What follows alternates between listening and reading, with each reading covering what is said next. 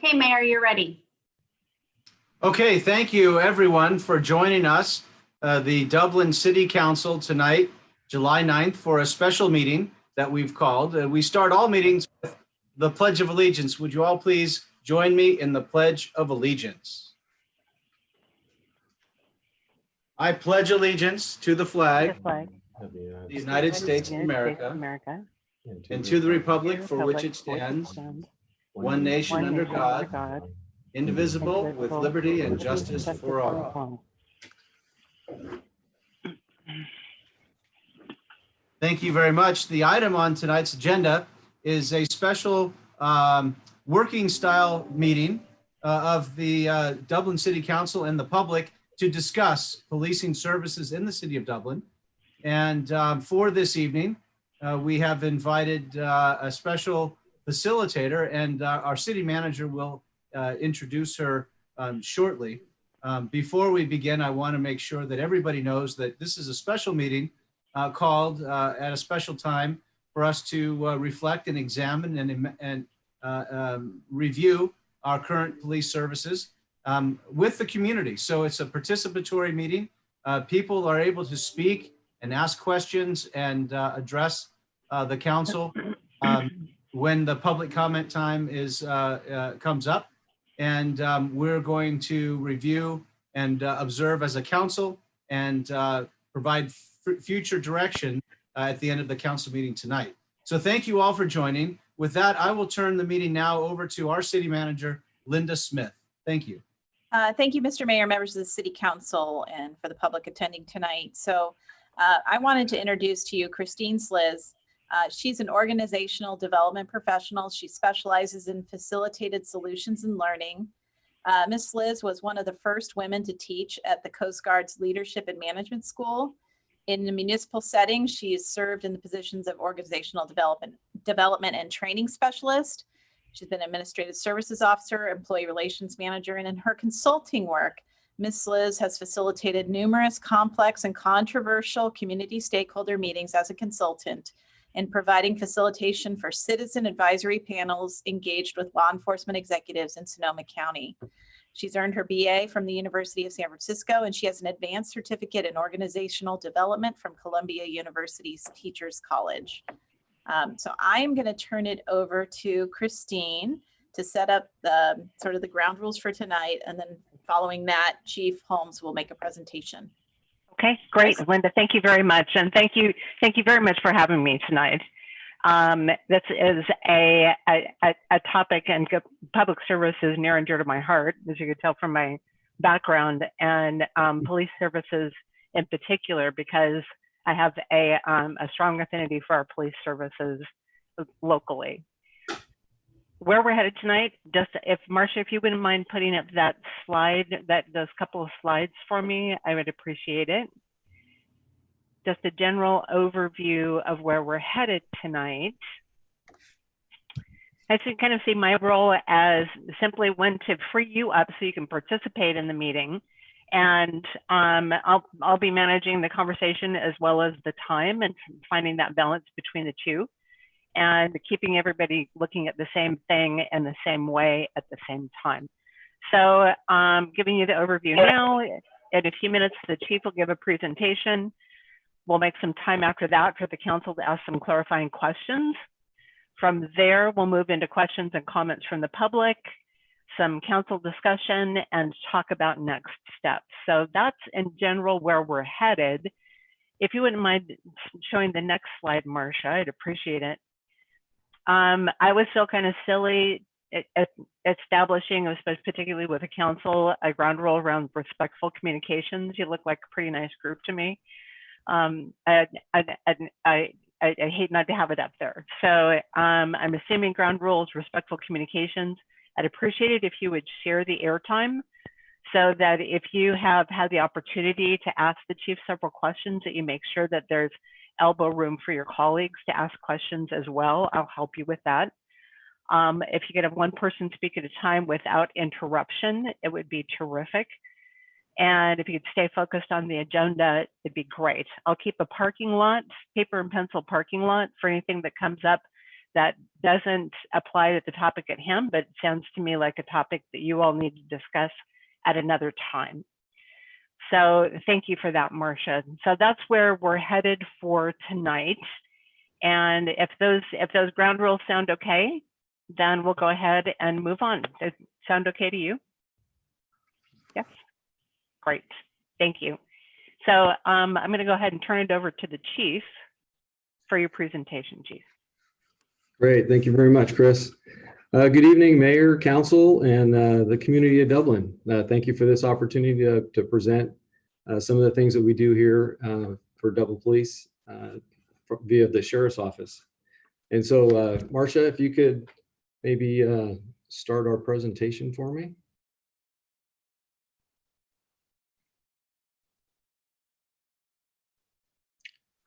Great. And if you want to click into that first slide, there we go. So the city of Dublin began contracting with the Sheriff's Office for police services in 1982. Over the past 38 years, the city of Dublin and ACSO have renewed the agreement between the two organizations a total of 10 times. In April of 2020, ACSO and the city of Dublin signed a 5-year contract with a 5-year option, which runs through June 30th of 2030. The Sheriff's Office commander assigned to Dublin Police Services serves as the chief of police, and within the Sheriff's Office reports to the Assistant Sheriff of Law Enforcement Services. Within the city of Dublin, the chief reports to the city manager to ensure that Dublin Police Services remains committed to the priorities established by the mayor and the city council, and to ensure that we're meeting the needs of our citizens. Next slide, please.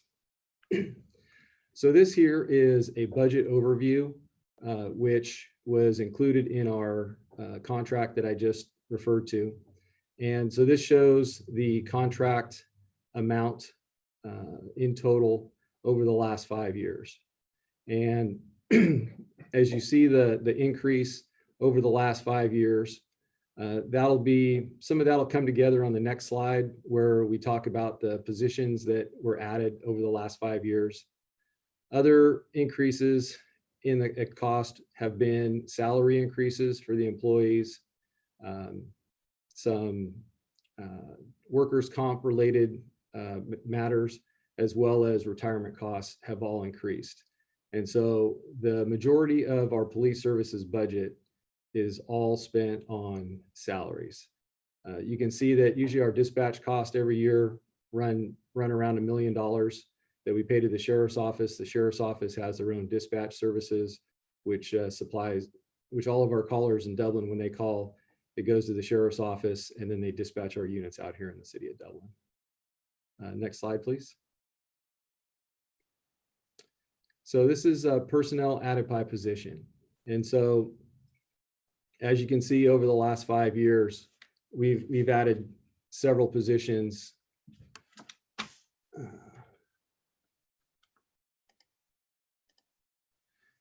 So in 2016, we added one position, and that's when I had returned as a captain. And then 2017, 2018, 2019, we had added a detective, a traffic officer, and then a couple additional patrol officers. So those have been where our staffing has increased over the last 5 years. Next slide, please. So the majority of our staffing goes into our patrol or traffic operations unit. In the investigations area, we have about 10, we have 2 sergeants and 8 detectives in that unit. And then the crime prevention unit, we have 1 supervisor. We have 4 officers and 2 sheriff's technicians. And then we also have 4 city staff that here work in the city of Dublin. 3 of them are our records staff, and then 1 of them is our analyst. Next slide, please. So some of the benefits of contracting with the sheriff's office. So with any police agency, you're always running into issues where you have people who are out on injuries, or there's some other significant reason why you're not operating at full staffing. And so most agencies run anywhere from 6 to 10% down with their personnel.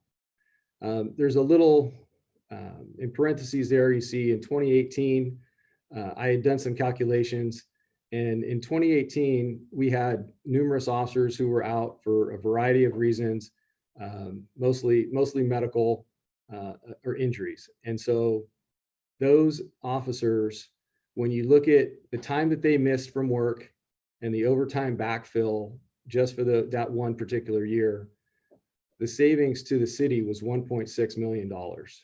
We would have spent that if we had our own police department and couldn't replace those officers, and we had to backfill all of their overtime with overtime. So that was a significant increase. The other nice factor with that is that if we end up having an officer that for some reason is not working out here in the city of Dublin, there is a clause in our contract where we can move that person back to the sheriff's office, even if it's not a disciplinary matter, if it's just maybe it's not a right fit. So that's very nice that, you know, there's not a whole bunch of hoops to jump through.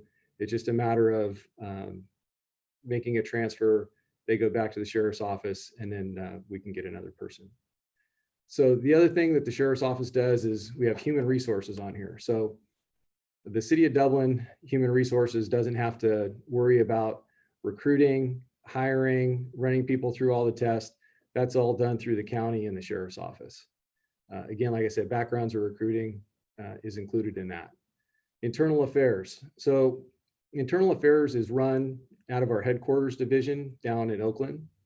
And one of the nice things about having the internal affairs unit separate from our other units is that there's some autonomy out there. And so they don't have any outside influence one way or another to guide an investigation in any particular direction. What they are is they're fact finders. They go through all the information that's presented to them in the initial complaint. And then what they do is they take that information and they do a fair and impartial investigation. As far as litigation, the majority of that litigation is all handled by county counsel on the county side of the house. The county also takes care of all the payroll for all the employees that are assigned out here in the city of Dublin. And then planning and research, that's another important area that those folks, what they do for us is they take care of all the research of all the recent case laws, and they make sure that all of our policies and procedures conform to best practices and on all the latest case law that comes out. Training. So training on there, I have continued professional training. That's the ongoing training that officers receive once they graduate the academy. The arrest and control, weapons proficiency, racial profiling, implicit bias. All of those are done by sheriff's office personnel who have attended training courses to be subject matter experts, train the trainer courses, so to speak. And then those are the folks that come back and they train all of the personnel at the sheriff's office, including our personnel here at the city of Dublin. So what's important with that, when you look at training, is that we try to send our folks to training on duty time. And so we don't incur any additional overtime cost. And so we're just sending one individual out to training where there is another person who is putting on that training that's a sheriff's office personnel who's getting paid by the sheriff's office. If we were to have our own police department, we would have at least 2 people that go out, therefore possibly looking at incurring some type of overtime cost or backfill, at least one of those individuals. And it's really not cost effective to do a one-on-one training. Usually you're sending multiple people at one time to go to a training. Additional resources that are available through the sheriff's office, since we have such a good relationship with them, since we're part of them, is the special response unit, the Explosive Ordnance Disposal Unit, which is also known as the Bomb Squad, Search and Rescue, the Crime Lab, and the Crisis Intervention Unit. And so all of those ancillary duties that folks have at the Sheriff's Office that are highly trained individuals with specialized equipment in order to accomplish those tasks, those are all Sheriff's Office personnel. Next slide, please. So this is a crime statistics comparison for Part 1 crimes. So as you can see, over the last 10 years, we've kind of had a steady increase in Part 1 crimes. And I'll speak about what the Part 1 crimes are in just a minute here. But these crimes kind of have grown proportionally as we've added new residents, added new retail, and geographically grown in the city. So Part 1 crimes consist of murder, rape, robbery, assault with a firearm, knife, other weapon, burglaries, stolen vehicles, theft, and arson. So as you can see there in 2019, we had 1,374 incidents. Next slide, please. So this slide here has the link. So the data that I just shared with you, as well as this link, is available on the City of Dublin website under Police Services. And so this here will give our residents, that's been up for a while. We just updated all the information for the 29 information 2019. So all of that is up to date now. Next slide, please.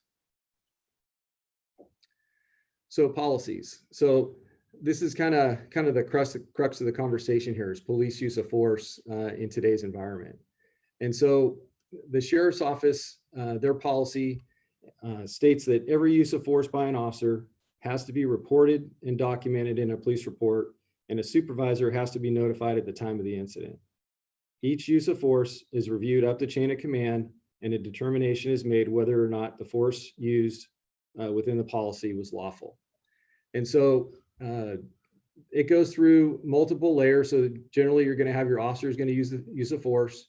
His direct supervisor, which is a sergeant, is going to review that use of force and make a recommendation. And then that's going to go up the chain of command. We have a lieutenant that oversees our patrol operations who will review it. It goes to the captain, then it goes to myself, the chief, and it goes one more layer above me to one of our assistant sheriffs, which is Casey Nice.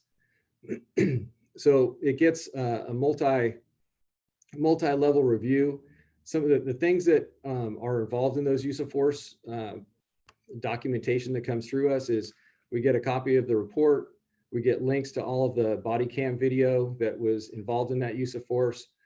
So we're able to get a really good understanding of when the officers arrived on scene, how the call was initially handled. We can identify any training issues that may be present. We can also monitor the officers' behavior during those incidents.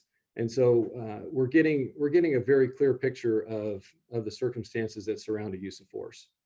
And I think I'll have some statistics later on, but we're very fortunate that the majority of our use of forces compared to the number of calls for service we have is very low. And then the other part that I listed in here is 835A. This is a penal code section. And so this is the authority to use physical force. So this is the authority under the penal code that gives the officers the ability and responsibility that shall be exercised judiciously with respect for human rights and dignity and for the sanctity of every human life. The legislature finds that and declares that every person has a right to be free from excessive use of force by officers acting under the color of law. And this penal code section is specifically listed in our use of force policy and written out just as it is before you tonight. Next slide, please. Another important paragraph that we have in our use of force is the duty to intercede. And the Sheriff's Office has a longstanding policy requiring officers to intercede and stop unacceptable behavior of another officer. The use of force policy requires officers to intercede when observing another officer using force that is clearly beyond that which is objectively reasonable under the circumstances. If the officer fails to intervene, they are subject to discipline up to termination and possibly face criminal charges. And so I think this is a very important language that is in our policy. Everything but the last sentence in there is word for word out of our policy. And that's why you've seen what happened back in Minnesota, why those other 3 officers who did not intercede, why they're being held to the same standard as the officer that was kneeling on Mr. Floyd's neck. Next slide, please. So calls for service. In 2019, we had 38,500 calls for service. We made over 1,700 arrests, and we used force 51 times. The majority of that force was just a firm grip. I think there was maybe just a handful of those where we actually took somebody down to the ground because we couldn't get a good hold of them. And then once we had them on the ground, we were able to get their hands behind their back, apply the handcuffs, and calm the situation down. About 20% of those use of force incidents revolved around people who were under the influence of drugs or alcohol, and another 20% of those people were in a mental health crisis. And so watching all of those use of forces, like I said, that we reviewed, our officers are doing an outstanding job out there each and every day, using all the tools that are available to them, trying to de-escalate the situations, and trying to use the minimal amount of force that's necessary in order to render the situation safe. Next slide, please. So this slide here is in regards to vehicle pursuits. Last year in the city of Dublin, we had 16 vehicle pursuits. 6 of those suspects were arrested, and then 3 of them where the subjects had got away, we had identified them and we were able to submit those cases to the district attorney. High-speed pursuits can really get your adrenaline going. And there was only 1 use of force at the end of one of those vehicle pursuits. So again, it's one of those things where our officers are going up, say, on a traffic stop. Everything is calm, everything's going along just fine. And then next thing you know, we have a vehicle pursuit, and they went from 0 miles an hour to 100 miles an hour. And then the pursuit terminates, and you see that in the majority of those incidents, except for one where we had to just use a wrist lock, they were able to bring themselves down and calm themselves down and not stay amped up and use an excessive amount of force to take that person into custody. 7 of those pursuits were terminated due to public safety. So we're seeing a lot of folks flee from us these days. It's just not safe. We don't want to endanger other members of the public over an incident where somebody has done something. We don't want to turn that incident into a fatal car collision.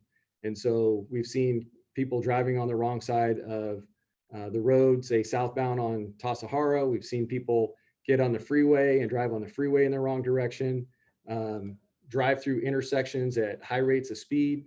And then what our officers do is they terminate that pursuit, and then they have to broadcast what's called an overt act. And so they get on the radio and they tell dispatch and their supervisor what they've done. Like, I've turned off my lights and siren, I've pulled over to the right shoulder of the road, or I've made a turn. And so that way we make sure that the person who is fleeing from us, they know that we're not chasing them anymore. And so that's in the hopes that they'll slow down and they won't cause a collision, a couple blocks away from after we've turned off those lights and siren. The racial breakdown of the pursuits, 5 of them are unknown because several of them got away. We had 4 white, 4 black, 2 Hispanic, and 1 Asian. There was 1 collision where the suspect had struck a raised center median. I believe that was over on San Ramon Road. And then there was another subject who had fled from us. CHP picked up the pursuit. I believe it went into Livermore, and he ended up ramming a CHP patrol car in the city of Livermore before he was taken into custody. I'm happy to report that there were no fatalities or any claims against the county or the city in 2009 revolving around a pursuit. Next slide, please.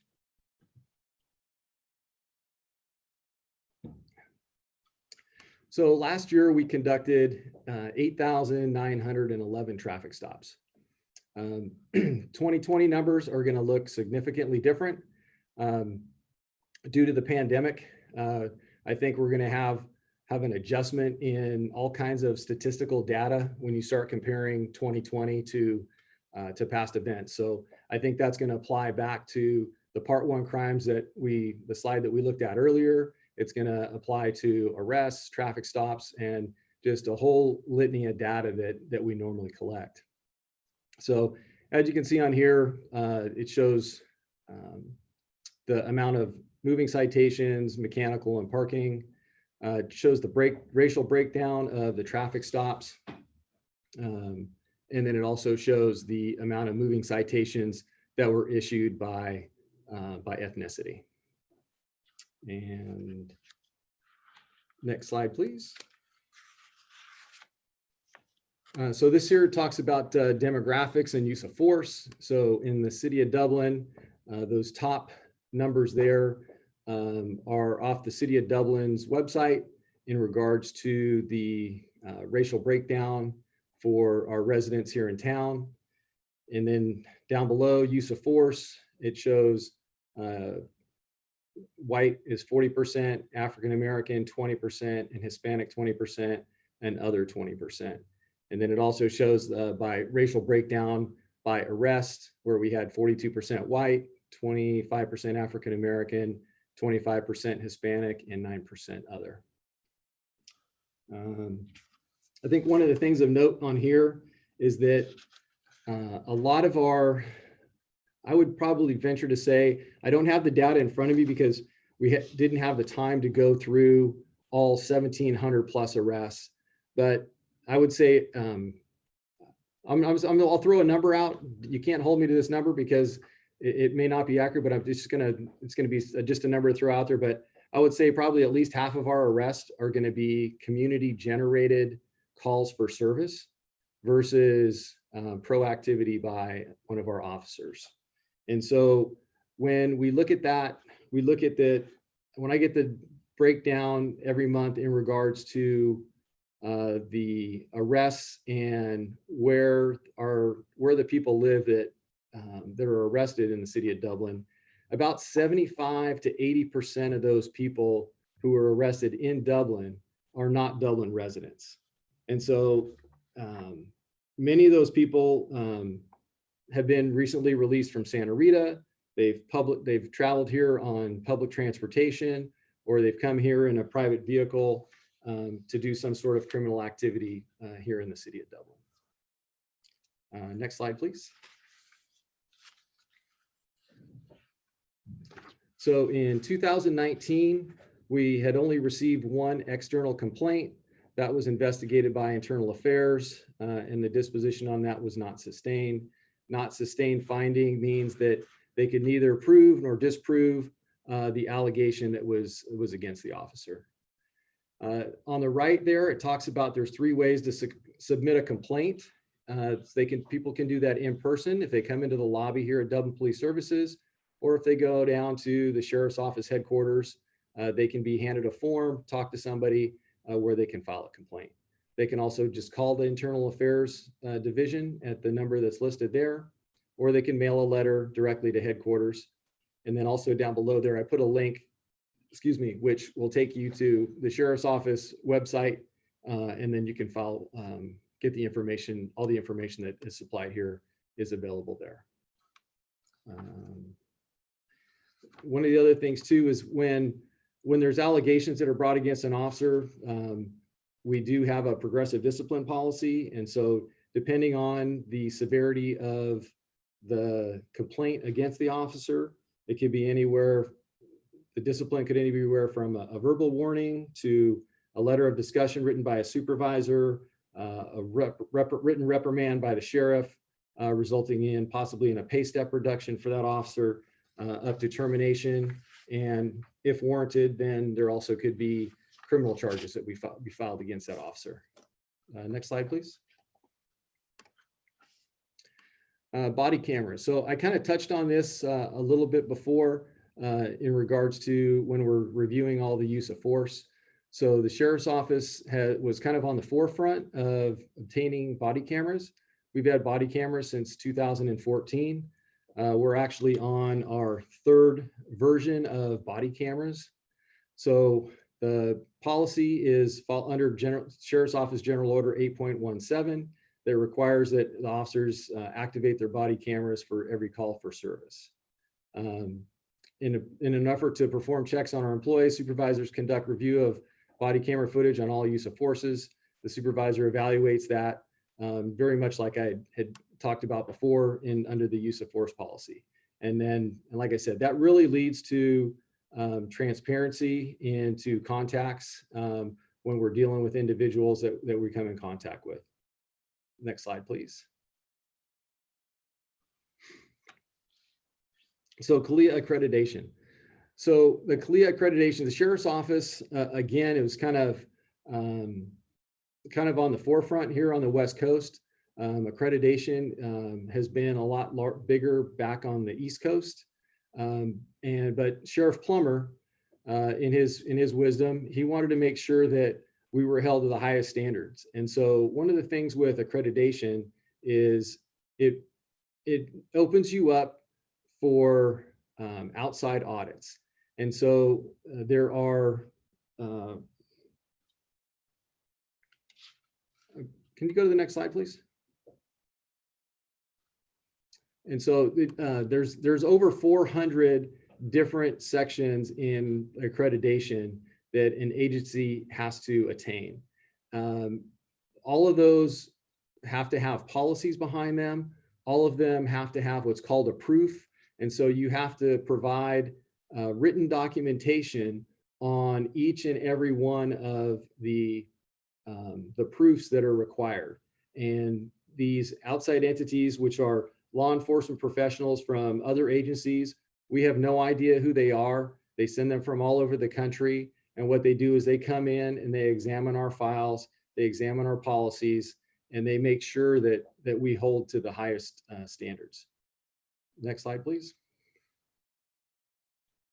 So these are just some of the things on the CALIA website where it talks about the support of government officials for accreditation and how it produces excellent leadership, resource management, and delivery of services.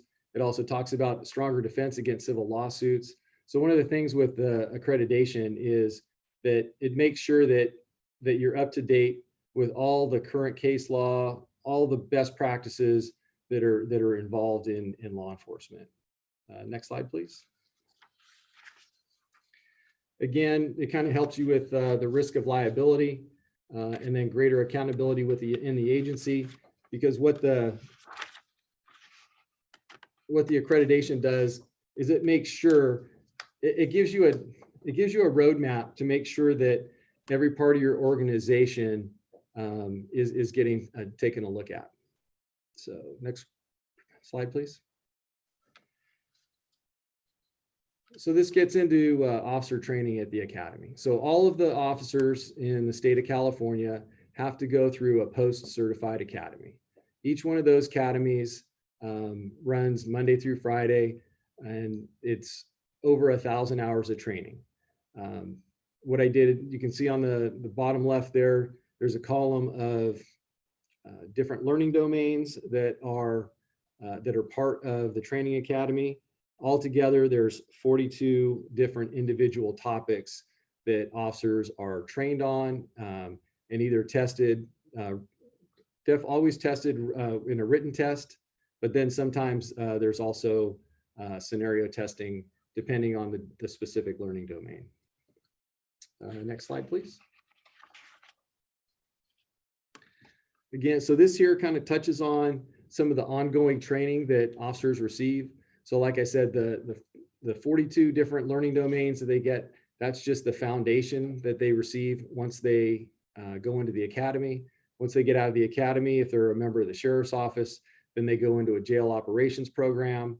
If they end up coming out to patrol, then we're going to put them through a 15-week field training program, which they're alongside of a training officer for 15 weeks, and they get evaluated. There's an evaluation that follows them every single day in regards to their performance. Next slide, please. community policing and crime prevention. So I'm very fortunate that I have a lot of superstars that work in the crime prevention unit. These folks interact with the community on a daily basis and have a variety of responsibilities and engagements with the community. This slide here shows some of the juvenile programs that we have, the DARE program. That program, each and every year, Christina Blaylock and Vicki Klingenberg, who are SROs, they're out there talking to fifth graders and educating them with all the different learning tools and coping mechanisms that come with the DARE program. And so for a lot of the children, that's kind of one of our first interactions with them. They kind of get to see who we are and show that we care for them. And it's, if you ever get the opportunity to go to a DARE program graduation, if your kids haven't been there before, it is just absolutely wonderful to go there and to watch the children and see how crazy they get. You would think that when Vicki and Christina walk into the room that they're rock stars, because they just scream and yell, and it's really good to see how they connect with the kids. And then, so that's kind of, like I said, the foundation. And then you see them when the kids go to middle school, and then they go on to high school. And so it just kind of rolls right into the school resource officers. And so they're able to, dispel maybe some of the myths about police officers. They really can connect with the children at an early age. So once we end up getting into middle school, into high school, where, children start having a little bit more challenges. And so it's really important that we build that foundation, and then we can really open up the lines of communication as the children start getting older. Then I touch on the Explorer and Youth Academy. So we just completed our Explorer Academy 2 weeks ago. There was just under 20 graduates. I know we posted a picture on our Twitter page. The Explorer Academy has been very good. It really touches all of the kids in high school. And if anyone is interested in law enforcement, the Explorer program is a great way to get started. And then once they get out of the Explorer program, we have a cadet program. And the cadet program is geared towards young adults who are in college. We require them to be taking at least 9 units of college, and then they can work up to 20 hours a week with the sheriff's office. And so here in the city of Dublin, probably for about the last year, we've been able to have a cadet working for us 20 hours a week. And the sheriff's office in total has already had, I think the last time I talked to Commander Amaral, who started this program, I think we're around 10 children who have now gone through college and become of age, because you have to be 21 to be a police officer, and who have become a law enforcement officer.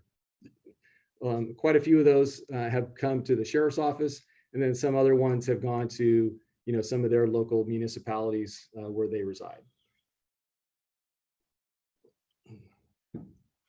The Every 15 Minutes program, again, it's another opportunity for us to connect and to be part of the community. This last year, unfortunately, that program was canceled. As all of you know, that there was a terrible tragedy at the end of last year, where a couple of Dublin High School students had lost their lives in a vehicle accident.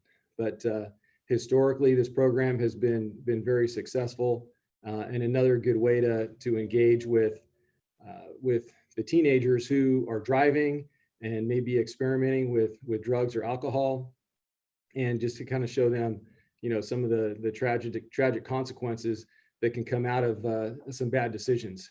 And, unfortunately, it just takes one bad decision to change somebody's life permanently. And that goes for, the person who's responsible for it. It doesn't matter if you're a passenger or the victim. So it's very important. And I think this is a good way of pointing that out. The bicycle rodeos, those are ones that we usually do over the summer. Again, unfortunately, due to COVID, we can't do any bicycle rodeos this year.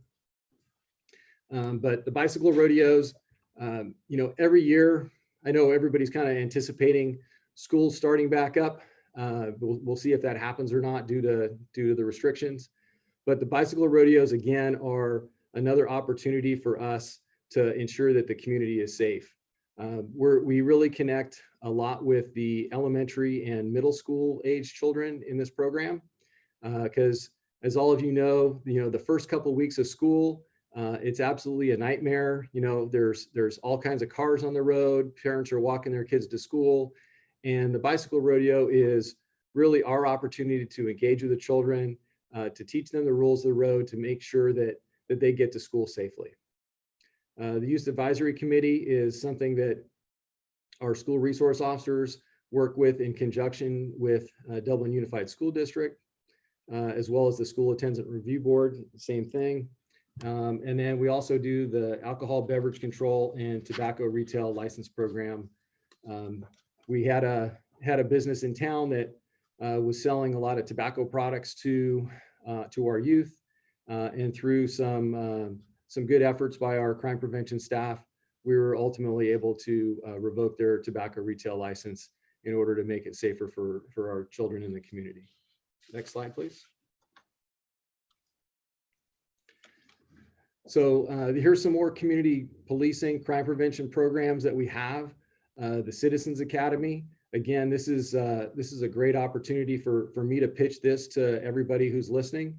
If you want to learn more about the police department, as well as other parts of the sheriff's office, the Citizens Academy is a wonderful opportunity for us to show you different parts of our units here at Dublin Police Services, as well as a tour of Santa Rita Jail, a tour of the crime lab, coroner's office, and also going over to our firearms facility where we have a simulator, use of force simulator, which is always great. People enjoy that quite often, that they can go there and they can take a look and they can kind of step into the role of a police officer for just a few minutes. And the instructors over there will run you through scenarios in regards to use of force and how long you have to visualize what that threat is, how long you have to react to it, whether you need to take immediate action, whether you can buy yourself time by your command presence, by talking to the person, by de-escalating the situation. So all of those things happen at the use of force simulator, and we're able to show our citizens that through the Citizens Academy. The Neighborhood Watch Program, again, this is a great opportunity for us to get out into different neighborhoods in the community. We try to get out as much as often. Again, due to COVID, we've just been doing those via Zoom, but it's really great because we have different groups of people in different parts of our community, and it's a great way for us to reach out and connect to all those folks. National Night Out, again, another downer because of the COVID, but that's usually the first week in August, and we usually get out. I know that some of the council members join us and go out to be with the community and talk with them and interact with them. The Senior Fair, again, we end up getting out, being able to teach them about identity theft, scams, ways to protect themselves from people who want to prey and take advantage of our seniors in our community. The Ride Along program is available to everyone in the city of Dublin that's over the age of 18. Some of the community engagement things we do also is we've done Tip-A-Cop. So we've partnered with the Special Olympics, and we've done quite a few Tip-A-Cop events where we're helping raise money for the Special Olympics. The Mothers Against Drunk Driving Walk, the MAD Walk, that usually takes place at Dublin High School. Again, we're able to interact with a lot of the families who have been victimized from people who have been driving and who are under the influence. Our traffic sergeant and traffic officer, they also do impact panels. Those are usually held over in the city council chambers. And those are people who have been arrested and convicted of driving under the influence. And so we're able to talk to them. And then there are also folks from Mothers Against Drunk Driving who are there, who get to kind of relay how this tragedy has affected them and their family. These panels have been very effective. We've got a lot of good feedback from that. Coffee with the Chief, again, just trying to hit different times, different locations throughout the city to engage with our community. Same thing with Pizza the Police, Stuff the Cruiser. Stuff the Cruiser we started doing a couple years ago. What we were doing there is we were collecting toys for Children's Hospital, which is near and dear to my heart. There's a lot of children who spend a significant amount of time in the hospital and sometime over the holidays. And they're always looking for donations. And so over the last couple of years, I think we've collected from our generous community, probably close to 1,000 toys that we have been able to bring over to the hospital and brighten a child's day who is stuck in the hospital. And then also the Shop with a Cop. I'll throw a plug out there for Target. They've been a good partner with us during the holidays. And then we've been able to take some of the children in our community. Usually we work with the school district. They kind of let us know of maybe some families who can't afford to buy toys for their children during the holidays. And so we take them, one of the police officers, usually our school resource officers, will take that child over to Target. And then they usually have like a $100 gift card that they can go shopping with one of our officers. Next slide, please. This here talks about the Explorer Academy. I think in the cadet program, I went into detail on that already. Next slide, please. All right, so substance abuse and mental health. So I think this area is an area that we probably spend a little bit of time on. Dublin Police Services has almost a daily contacts with people from Dublin and other communities who are in need of substance abuse treatment. These contacts are related to other criminal activity or people experiencing bizarre behavior. Most of these contacts result in an arrest for being under the influence or possession of an illegal substance. Services through Access Community Health, Alameda County Social Services, and Behavioral Health are available. You really see kind of the beginning stages sometimes for us of people who are later on going to exhibit mental health episodes. And probably one of the most destructive drugs out there today is methamphetamine. It's highly addictive, and it's extremely destructive on the human anatomy.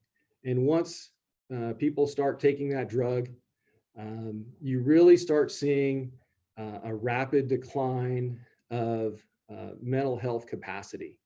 And so you might have somebody who, they're living with their parents, everything's good, they go through high school, maybe they get through college, and then they kind of go into some rough times, and they turn to substance abuse to try to help dull that pain.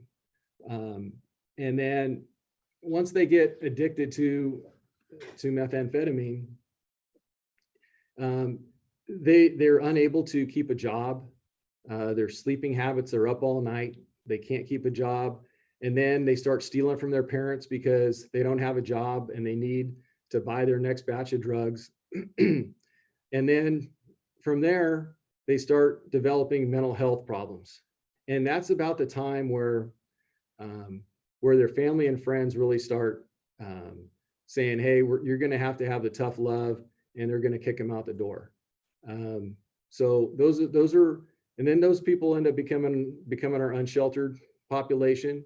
And they really don't have anybody to turn to except the social services, and they end up requiring a lot of attention from the police department. And then we have mental health services. So mental health services, Dublin Police Services is currently the first responders for residents experiencing a mental health crisis. Many of these incidents we respond to start out with an unstable scene where could be a 911 call or a call to our dispatch of somebody who is possibly combative or they're a danger to themselves. When the officers arrive on scene, they use their de-escalation training to stabilize and secure the scene, because you can't get the fire department, the ambulance service, they will not go into a scene unless it has been stabilized, because they don't have the training or the legal authority to take any type of action in that particular situation. So based on our training and experience, we work with the individual in crisis as well as their family. Some of these people have, if it's not too far down the road and they're still connected with their family, a lot of them have health insurance. And so through a lot of your health insurance plans, they also cover psychiatric problems. And so we can work with the family and see if they want to do what's called a self-committal, where the family member can drive them to a treatment facility and they can check themselves in. If the person is in extreme crisis, or the family member is unwilling to, then what we can do is we fill out our paperwork, and then that person would be put on an ambulance. If they're a juvenile, they end up going to Willow Rock facility. And if they're an adult, they go to John George Pavilion.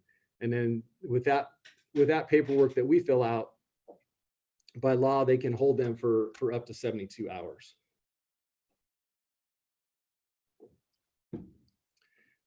This is kind of interesting timing that I just received an email today from the undersheriff, and the Alameda County Healthcare Services Agency, in collaboration with the Alameda County Behavioral Health, Alameda County Care Connect, Alameda County Emergency Medical Services, Bonita House, Falk, and the Alameda County Fire Department, they're working to launch on July 20th a community assessment and transport team.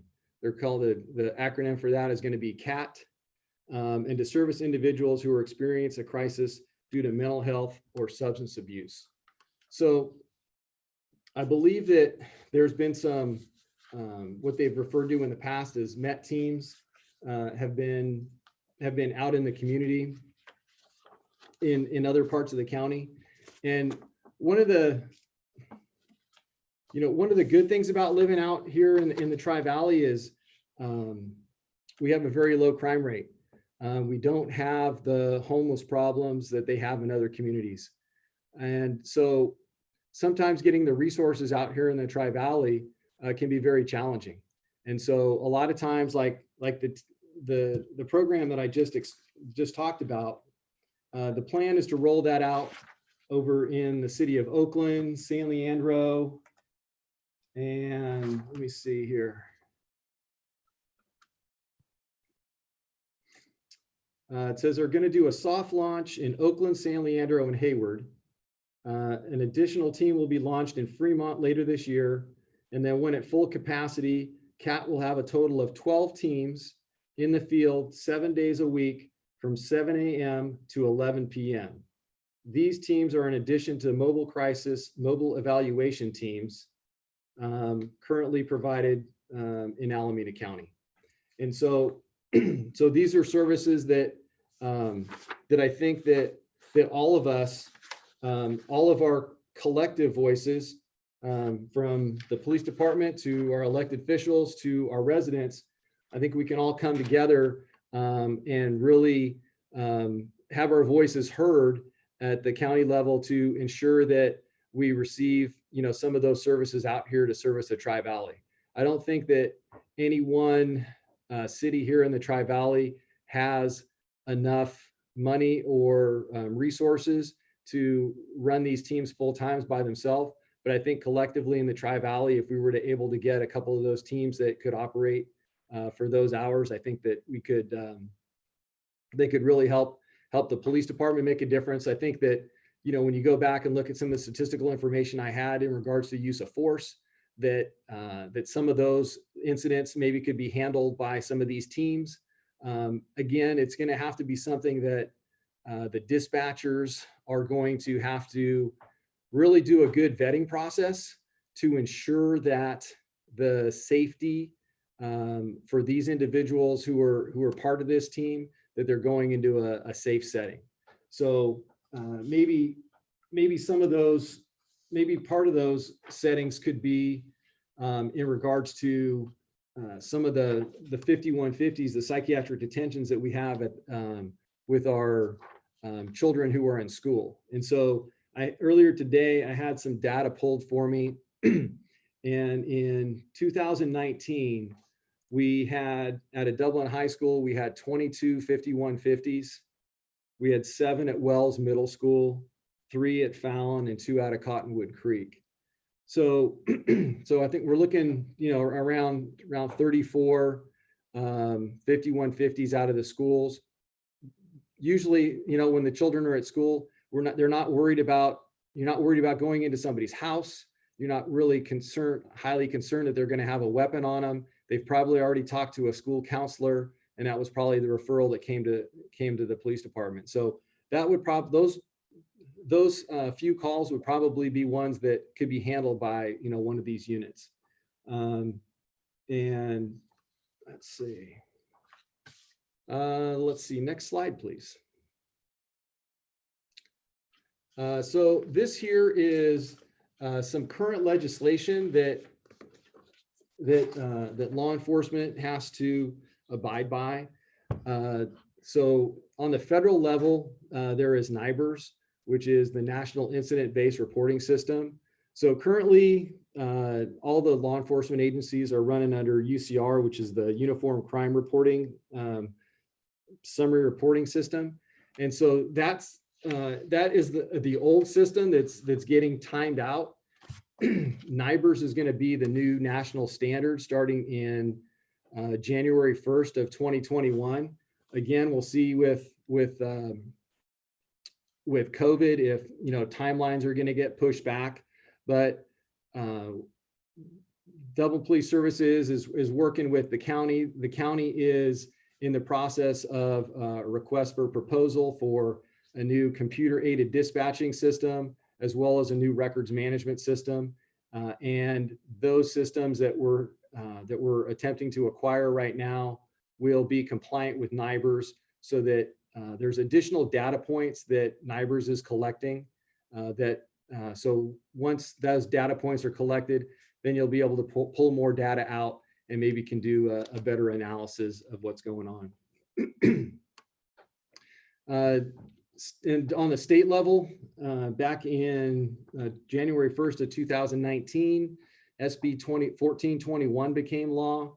This one is a disclosure of police records. So if there is an officer-involved shooting, a use of force with great bodily injury or death, or if there is a sustained internal affairs finding of sexual assault or dishonesty, then those records are eligible to be disclosed to the public. SB 748 allows for the release of critical incident audio and video. So you're starting to see more body camera footage in regards to officer-involved incidents, and that's really coming out of that legislation of 748. AB 71 was passed in 2015, and this is all use of force reports are reported to the Department of Justice. And so the Department of Justice, all of our data that we have, if it's use of force involving great bodily injury or death, it's reported to the Department of Justice. So we have multiple entities that we report to. So like earlier, I had mentioned that we have the CALIA accreditation. So we're getting audited by the outside. They're taking a look at our files, our policies, and making sure that we follow through on those. We report use of force incidents to Department of Justice. A lot of the body cameras and those other things are now open to the public. We do all of our that NIBRS reporting. That is all going to be going to the FBI. So all of our crime statistics, they will be able to have access to that. 978, that took effect in 2020. And if you go on taking a look at the city website, I was talking to the city manager, we'll do a little better job. We'll put on the police department website, we'll provide a link that will direct you to the sheriff's office, since all of our policies for Dublin Police Services fall into the sheriff's office. So that will just make it a little bit easier for our residents if they want to review any of the policies that we're fall under here. And then AB 953 is called RIPA, the Racial and Identity Profiling Act. So that is a new law that will be starting in January 1st of 2021. Dublin Police Services is the pilot for the Sheriff's Office. So we are the first unit in the Sheriff's Office that is going to kind of test drive this. There's a website through the Department of Justice that has multiple criteria. We've been collecting data on traffic stop. Earlier in the presentation, there was some data points in regards to traffic stops. That was all pulled off of our collection of data that we already do on our traffic stops. RIPA just takes, I want to say maybe we have like 7 points that we're collecting right now. And I think RIPA is almost double that. And so it'll just allow some more data for people to take a look at. And next slide, please. And John Stefanski, are you going to speak on the next couple slides? Yeah, I can handle that, Chief. Thank you. Good evening, Honorable Mayor and members of the Council. John Stefanski, Assistant to the City Manager. The next two slides provide a high-level overview of legislation that's in the works at the federal and state level regarding policing. So earlier in June, President Trump signed an executive order directing the Department of Justice to certify independent organizations to provide accreditation to police departments on de-escalation, use of force, and community engagement. Additionally, this executive order directs the Justice Department to create a national system to share information about police officers who use excessive force. Additionally, there are now two bills in the Congress, the Justice and Policing Act, which is in the House, and the Justice Act in the Senate, which both seek to enact policing reforms that are tied to federal funding. These bills, as the table on this slide shows, seek to either ban or restrict the use of chokeholds, enhance training on bias, de-escalation, and use of force, establish best practices on policing, and to shine a light on police misconduct. One bill, the Justice and Policing Act, also seeks to weaken qualified immunity for civil lawsuits. Next slide, please. So moving to the state, there are a number of bills in Sacramento that would also seek to enact policing reforms. The first, SB 731 Bradford, would require that all peace officers maintain a current, valid, or pending certification from the Commission on Police Officer Standards and Training, or POST. These certifications would be revocable under certain grounds, and under the bill, the bill would disqualify any person from becoming a police officer if they were convicted of committing a violation of certain crimes against public justice, such as falsification of records, bribery, or perjury. And lastly, on this bill, anyone who had a certification revoked or voluntarily surrendered their certificate, that individual would be disqualified from becoming a police officer. The second bill, SB 773 Skinner, would begin the process of redirecting 911 calls concerning mental health, homelessness, drug overdoses, and other issues that do not require intervention by an armed officer to an appropriate social services agency. SB 776 Skinner would make certain police records subject to disclosure in criminal or civil proceedings, including records on every use of force incident, findings of wrongful arrests and searches, incidents involving prejudice or discrimination based on specific protected classes, and incidents where an officer resigned before an investigation is completed. AB 1185 McCarty would allow a county board of supervisors to establish a sheriff oversight board and inspector general position to investigate matters relating to the affairs of the sheriff's department of that county. AB 1196 Gibson would ban the use of the carotid restraint or a chokehold by police officers within the state. AB 1299 Solace would require law enforcement agencies to report the findings of police misconduct investigations to the Commission on Peace Officer Standards and Training, so the findings can be reviewed by any department that next hires the police officer who is under investigation. And then lastly, AB 2054 Comlager would create a new pilot grant program that would work to expand the participation of community organizations in emergency response for specified vulnerable populations through grants to community organizations. Next slide.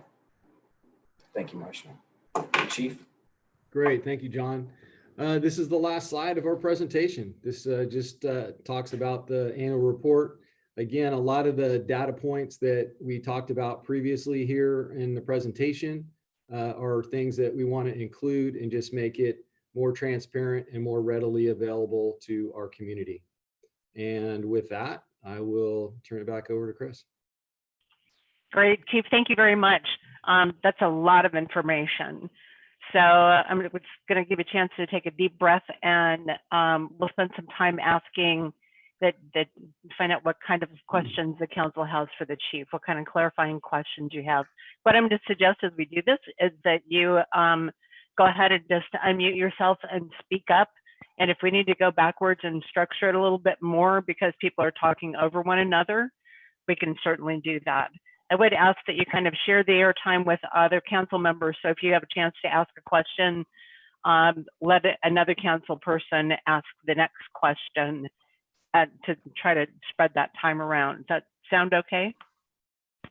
Chris, that sounds fine. Thank you. I would say that right now we're still processing some of this information. I have a couple of questions, but really more comments than anything. One, thanking the chief for his presentation, but also saying that I'm anxious to hear from our community, that I am committed, and I know that we as a group are committed to understanding more about our police services, policies and procedures, and truly what's going on the ground out in the community, understanding that, and then also listening to our community and hearing what they have to say, but finding ways that, one, I think we've uncovered great information that shows we're doing a good job in many areas, but also then shining a light on areas where we can improve, where we can continuously improve always. It's been noted that the Bay Area is on the forefront of the West Coast in making changes, which is great, but we can always do better, and that we will. So, comments or questions that I have are maybe around some of the reporting and transparency of data that we already have. Can we make it more available on a more ongoing basis than an annual report? Because it seems like maybe we can do, even with technology, make those reports available to the community on a more frequent basis. How we can engage with the community more. I know we do a lot in the schools, it looks like, with the bike rodeos and DARE and visits to schools and things like that. But the community people, that can see our police. It was very insightful for me to hear that about 75% of the people that are pulled over and stopped don't live in Dublin. And so while community engagement's great, we realize that that's only a portion of the people that we're pulling over and stopping. It was eye-opening to see just how many calls we handle each year, 38,000 calls. It's amazing. But I am also concerned because indeed it looked like the number of people of color pulled over exceeds their proportion of the population. And I suspect that's perhaps maybe because so many people are coming in from out of town and not living in our community. So I can see how maybe the ratios don't quite add up, but I'm interested into that a little bit more. And I have many more. I want to stop there and let others talk. Great. Thank you, Mayor. I think that you're asking two big questions right now with regard to, can we make the data more transparent and how do we engage with the community more? I think that it'd be great to refocus right now just a little bit into more questions for clarification. Then we can move into those bigger questions. So thank you for that. I think Councilmember Kumagai, you have your mic unmuted. Would you like to speak next? Yeah, I had a couple clarifying questions. Where to start? So one of the slides talked about there being no extra cost for additional resources. So for example, if we had a call for EOD here in Dublin, Alameda County Sheriff's Office would send an EOD team to respond to that. Is that correct? And then That's how would correct. it be if it were, for example, Pleasanton or Livermore? You know, do they have their own EOD team expertise on staff, or do they, also contract with Alameda County Sheriffs to bring in that team to respond to that? So that's kind of one of my questions of how that all works. And then There's I think only you a said you were going to couple talk a little bit more about Part 1 crimes. So I didn't catch kind of what that meant in that one slide.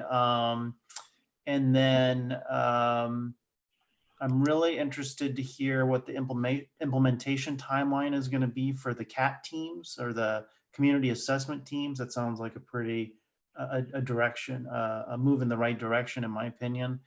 Also, Councilmember, those are three really meaty questions that I'm wondering actually if we can let the chief respond to those questions before sure. we move on to the next making one. our list, or if we were gonna. No, that's Okay. that's fine. They're great questions. So the first one was about EOD.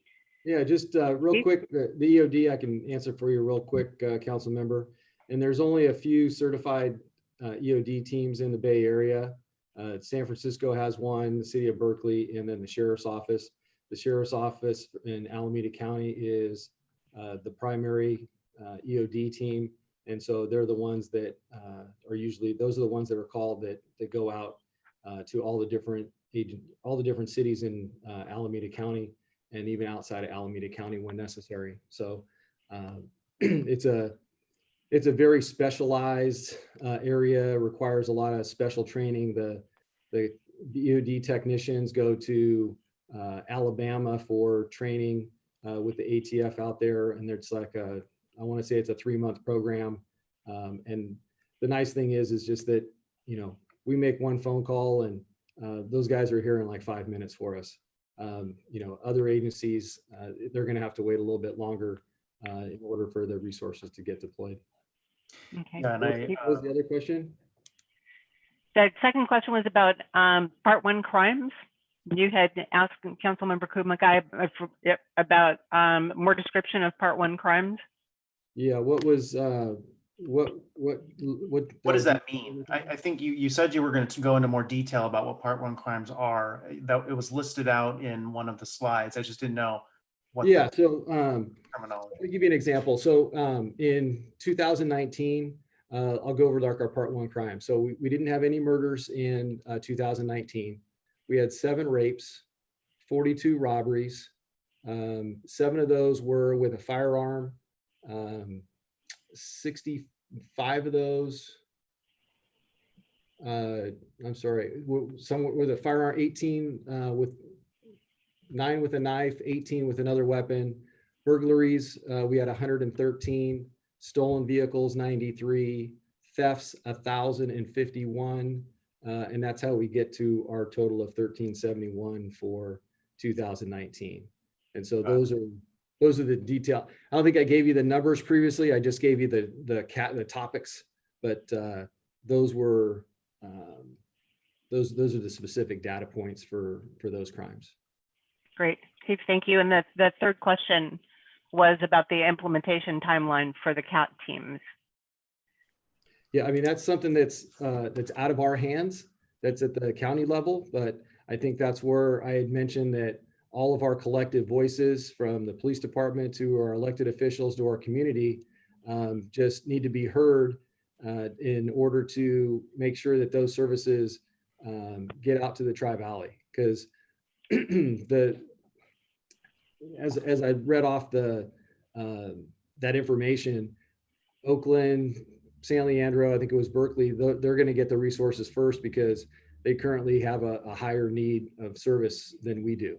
And so a lot of times the east part of the county, sometimes we're the last to get some of those resources that we so desperately need. You know, we may not have the numbers, but you know, we definitely have the need. If I could, Mayor, members of the council, we'll continue to, we'll reach out to Health Services Agency and try and find out a little bit more about their rollout plans for that. I know they've given us their initial rollout plans, but we'd like to find out more. So we'll get back to you with more information. So And then I'll just answer just a little brief really quick.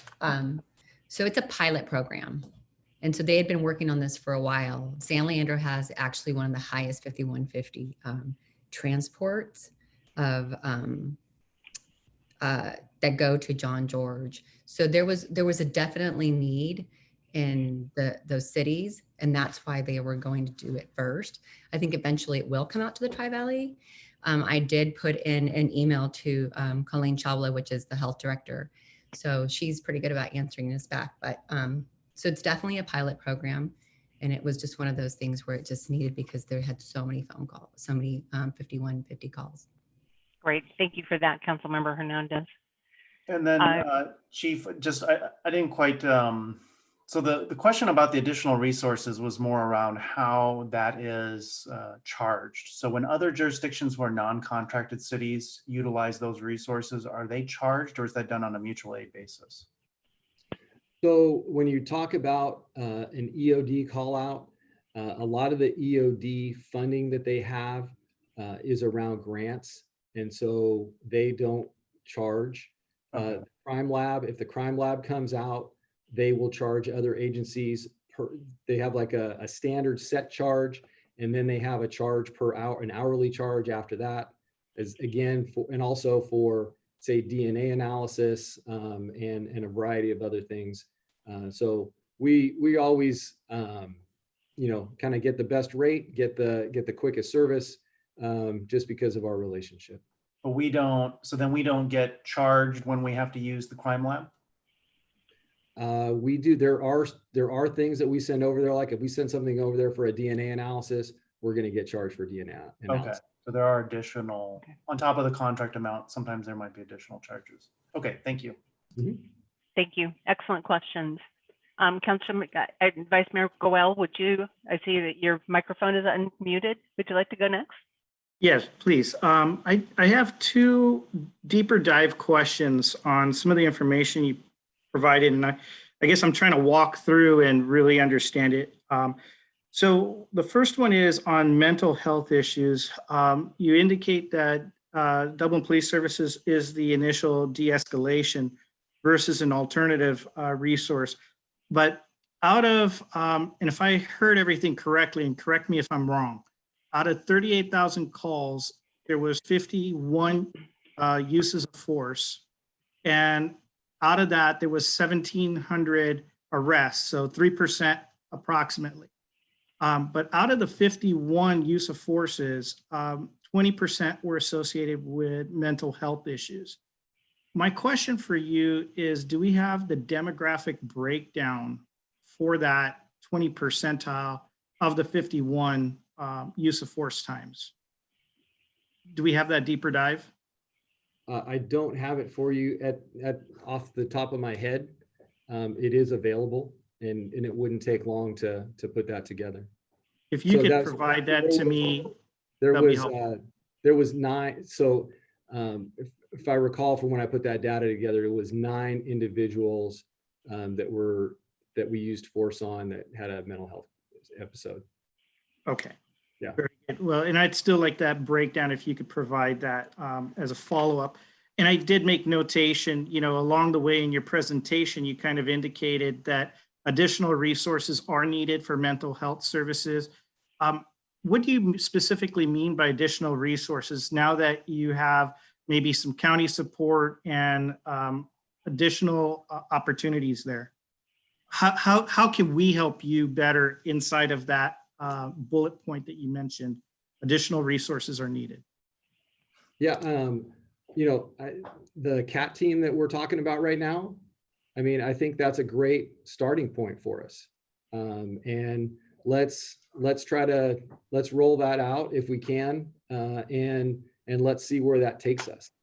And then I don't think it's too early to throw a bunch of things out on the table, but I think that's a great starting point for us. If we could get that rolled out, and do that on a trial basis for 6 months or a year, and let's see where that takes us. And we'll go from there.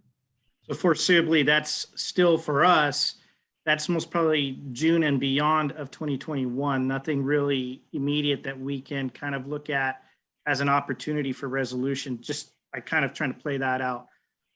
The other question I have, and this is my last one for now, you gave us a breakdown on vehicle pursuits and vehicle stops. And I heard the mayor kind of indicating it, and maybe I missed it. Do we have the breakdown on how many residents, and have we also done a proportionality analysis as far as the city's demographics? The demographics from traffic stops. So let's say we look at a proportionality from how many vehicle stops, in this case, say out of the total vehicle stops, you identify 15% Black, 14% Asian, 18% Hispanic. How many were from outside the city? And how does that proportionality reflect our demographics here within the city? Yeah, we do not collect that data point. Okay. Is that one of those potential RIPA data points that are going to be added on in the future? I do not believe being in town versus out of town I don't believe that's one of the data points that we're looking at. Understood. All right, thank you. That's it. Thanks. Councilmember Hernandez, did you have something? Yeah, I just have a couple questions. Okay.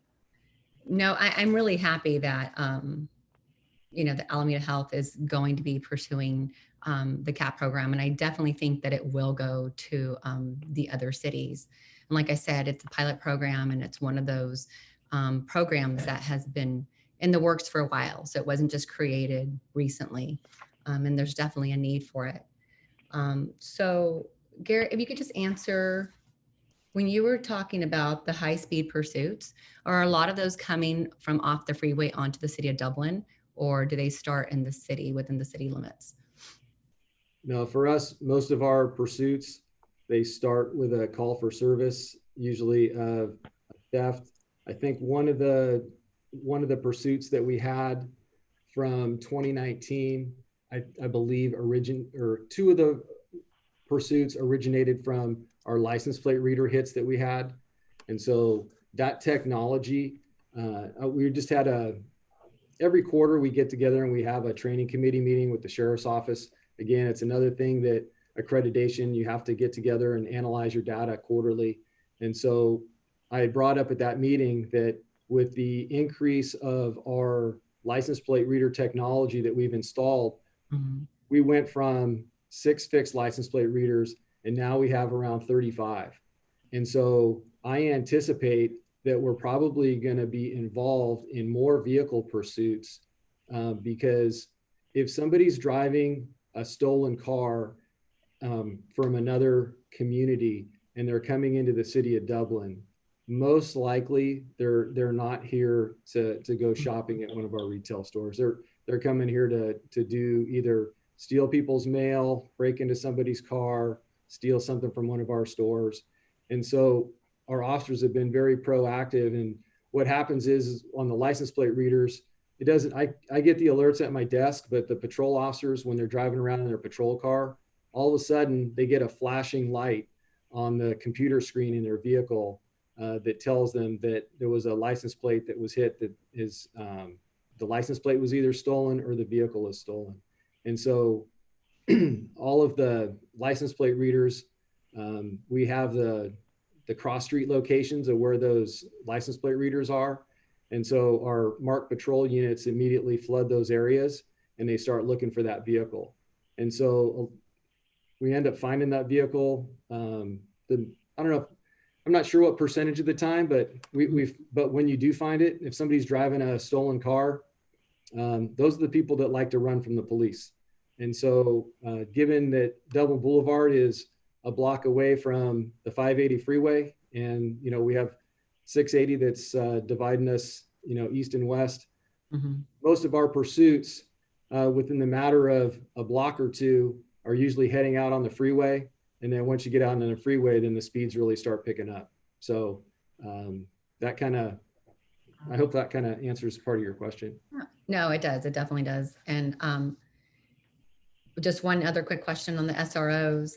What feedback do you get from the schools? I know that the kids love Officer Blaylock. I mean, she's been there since my son, Jared, who's graduated, and Lauren, who's a sophomore in high school, since they've been at Frederickson School. So I know I've been there, I've been to the DARE programs, but do you get feedback from the principals at all the schools? Yeah, the And principals, kind of that relationship? yeah, the principals, the teachers, and one of our other SROs, I'm not going to mention him by name, but he has like 3 or 4 children that are in the Dublin Unified School District at multiple schools at multiple age levels. And so, you know, it's great for, you know, he enjoys going to the schools and, you know, sometimes connecting with his kids while he's there. And then also, it's just a really good bond. I mean, he has a great relationship with the teachers, with the principals, and he just handles himself really, really well. Yeah, So no, I think the kids always show a great appreciation for them, and they do get very excited when they see them come into their school. And then one last one is, just from your point of view personally, how do you feel your officers do on a regular basis with our community in Dublin? So let me just hit the SROs one last time. Mhm. Is that the SROs, you know, I know that there's discussion out there, you know, throughout the nation as far as like there's some communities that say, hey, we don't want police officers in our schools. And I think the people that we have, they're all handpicked. They do a wonderful job with our people in the schools. And if we didn't have that, we still have, I think I ran the numbers. I think just at Dublin High School alone last year, we had 470 some odd calls for service at Dublin High School. And then I think you could probably double that number if you want to look at like all of the other schools in Dublin Unified. So there's probably 1,000 calls for service that the school is calling us to go respond to incidents at the school. Mm-hmm. If it's great with the school resource officers because they have a relationship with the kids, they have a relationship with the teachers, they have a relationship with the staff and the administration. And so they get to see the same face every time. The school resource officers, the teachers, they all have their personal cell phone numbers where they can call them and they can come handle situations. If we didn't have school resource officers, well, I don't know that the calls for service, they may still be 1,000. And now you're going to get some random officer, whoever's working that beat that day, who's going to show up and they don't have that relationship. They don't have that connection with the kids. You know, they might not be a kid-friendly police officer, right? I mean, maybe that's not their connection. And so we really try to put the best people in that situation so that they connect with them. And then what your other question was in regards to the officers? Yeah, just, I mean, since you're the chief, right? Yep. So you have probably the most communication with them, the most probably relationship with them. You see them on a regular basis. And so I just wanted your opinion. And how do you feel that our police officers do and how well they do their job in our city of Dublin? I think they do an outstanding job. You know, every single one of us that's on this call, and you know, we all have a job, and you know, so we put on our badge for 8 or 12 hours a day, but then when we go home, we're just like everybody else. You know, we want to get in our comfy clothes, we want to put our feet up, we want to relax with our family, we want to watch our kids play sports, we want to be engaged in the community, and all the people that we have working here in the city of Dublin, they are all of the highest quality individuals that we have, and I'm just absolutely amazed at the great work that they do each and every day to serve our community. Okay, thank you. Thank you. And Councilmember Josie? Hi, thank you. I have a couple of questions. These should be quick. The current post certifications, there was a slide at the very end about legislation that's coming up. Is that currently revocable? Are you talking about like the post certifications for police officers? Right. Is it currently revocable? Not that I'm aware of. But, okay, so the legislation. Yeah, but the caveat to that is that, so I'm a little bit leery sometimes when there is a police officer who is leaving one agency and trying to go to another agency. You always want to find out what the backstory is. And I think that our backgrounds in recruiting people, they do a really good job of vetting those people to find out, is it because that they were having previous issues at another agency and that's why they want to leave that agency and they want to come to us? Or is the grass greener on the other side and they think that there's more opportunities for them at the sheriff's office or something like that? And so I think that that our backgrounds people, what they do is they will go to the other agency, and the other agency will open up their personnel files to another law enforcement agency. And so you get to look through their evaluations, you get to look through their discipline, you get to look through all of that information, as well as do a background investigation and talk to families and friends to ensure that you're going to be bringing over a quality candidate.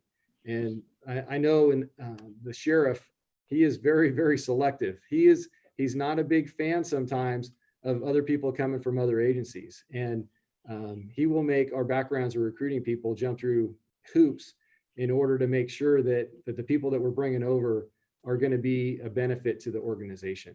And so I think that that piece of legislation, listen, if there's an officer that does something that's so egregious that is criminal conduct, then there's none of us that want them to be a law enforcement officer. So, I would support that piece of legislation that if you get convicted of, a serious offense, then you lose your certification and you can't become a police officer anymore. I mean, I don't think it's any different than, we wouldn't want that for somebody who's an attorney. We wouldn't want somebody who's a doctor, somebody who's a teacher. There's certain offenses that people can commit that you can take some progressive discipline, but there's other ones that you do it one time and you're no longer in the profession. We don't want you anymore. Right. Thank you. My second question is, in California, who can sign off on a voluntary or maybe even an involuntary 7-day or 72-hour hold? I know that you talked about being called to the schools for 5150s, for example, and that it would be nice if there were other people that could take over that particular responsibility. I think one of the reasons that you guys get called, right, is that school staff cannot make that determination on their own. Is that correct? Correct. So really that all falls under the auspices of Alameda County Behavioral Health.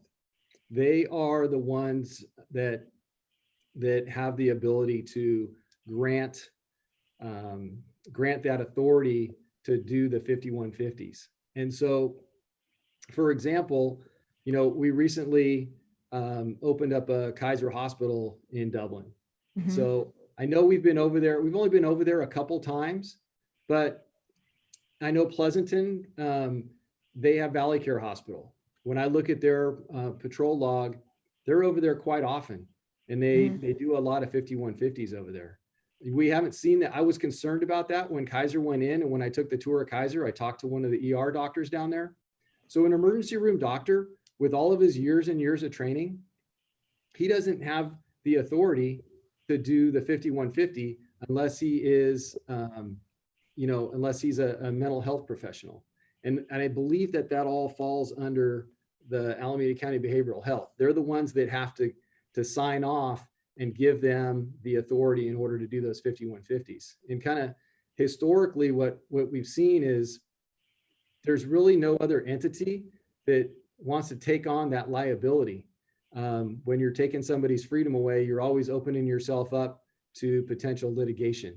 And so there's a lot of folks that they're like, I'm sure glad that you guys do that and not me, because they don't want to have that responsibility. Right. I know the school staff certainly doesn't want to be the ones that make that call. They may have their own opinion as to whether that call needs to be made, but they aren't the ones that want to make that determination. And to what you were talking about earlier, as a school employee who works at Dublin High, I can tell you we are very, very grateful for the school resource officers that we do have, that we see day in and day out, that the kids see day in and day out. They're fantastic. They're great with the kids. The kids love them for the most part.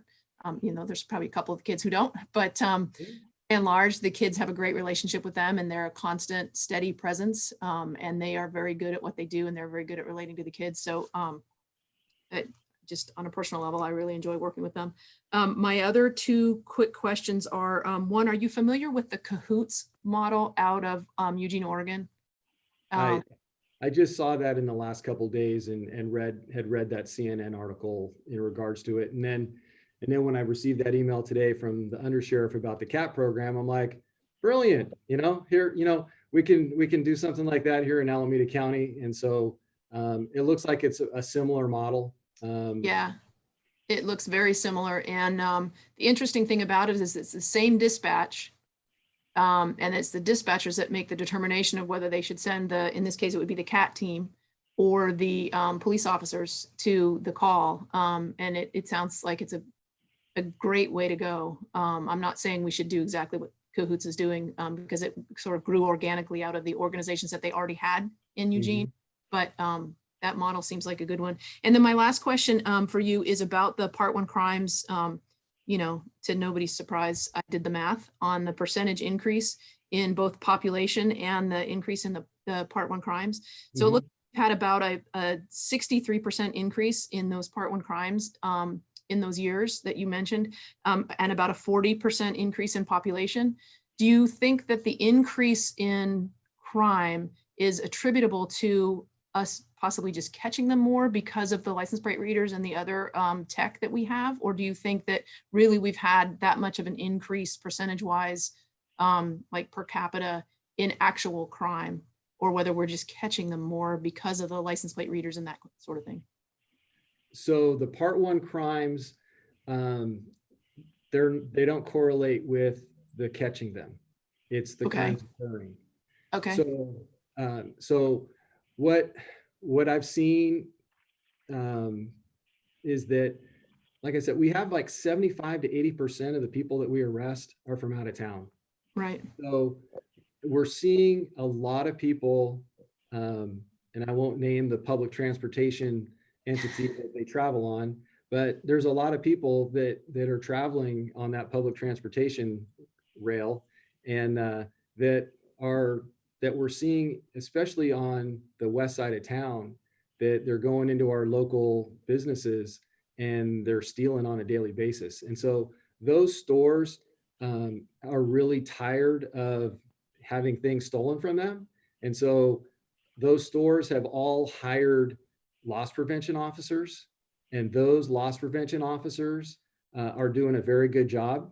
And I think that's a large contributing factor that is the reason that we've seen that increase, because the theft may have been going on before and it was unnoticed, but now that they're seeing such losses, that they're actually having people out there and they're actually enforcing and they're catching people.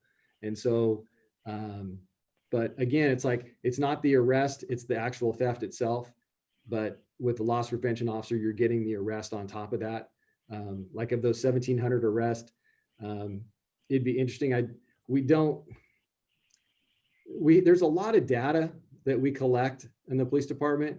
And then, there's also a lot of holes. Sure. And so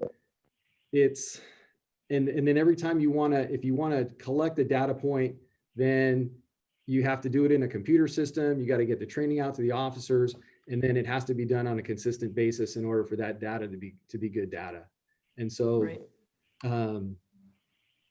So I don't know, that's kind of what's going on. There's a lot of information that, that I think that people are interested in, but our current computer systems just aren't capable of pulling some of that data out that we're interested in right now. Okay. All right. Thank you. That was the extent of my questions. Great. Thank you. Are there any other questions for the chief? Okay. So what we have next is public comment. And I'm wondering, Marcia, if you could tell us how many people have submitted slips. Yes, so we have 4 speaker slips for public comment. Okay, 4 speaker slips. So I'm Just not sure how you want to handle. Sometimes people have a comment and a question. If you want to answer the question in that time period as well, or if you want to go with comments, I can track the questions and we can handle them all at once. Any preferences? No. Nope. Okay, so what I'm going to suggest, if it's okay, is I'll go ahead and track the questions. That way we can move through all of the information more efficiently, and again keep everybody looking at this at the same page the same way. Great. And Sounds good. thank you. So I'm assuming this is 3 minutes, and Mayor Halbert, do you want to handle the people coming in, or do you want me to go ahead and Marcia and I to go ahead and handle that? What's the You and best way to Marcia do this? will be just fine. Yeah. Okay, great. Thanks. Okay, Great. Marcia.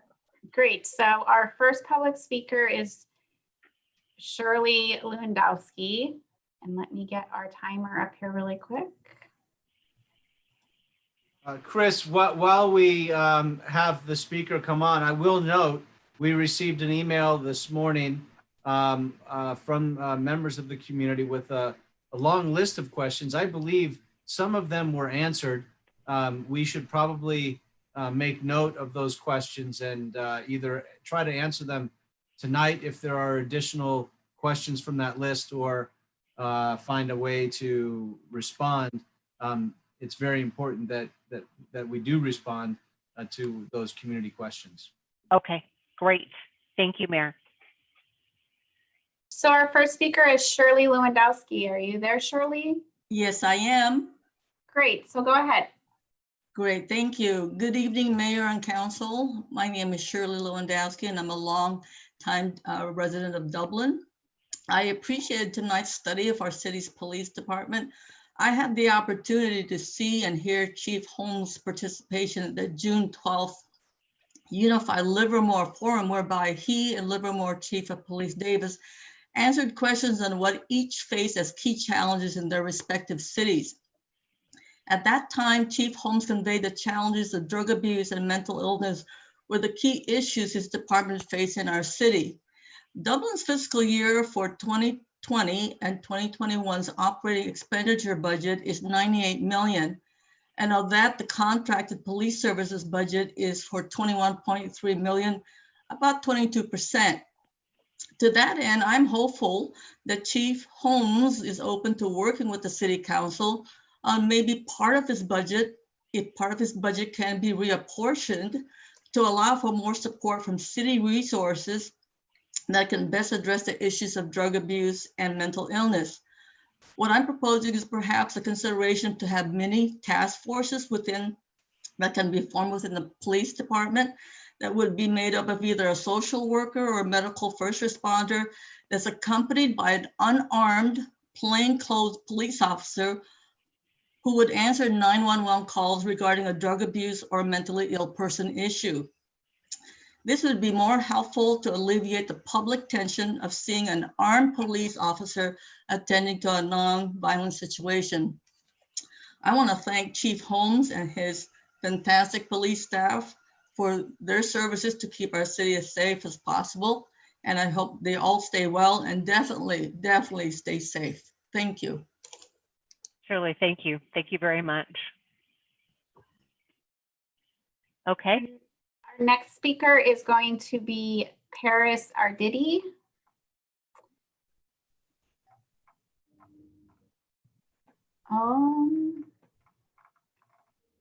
Paris does not look to be in attendance any longer in the meeting. So I'm going to go on to our next speaker, who is Hannah Keel.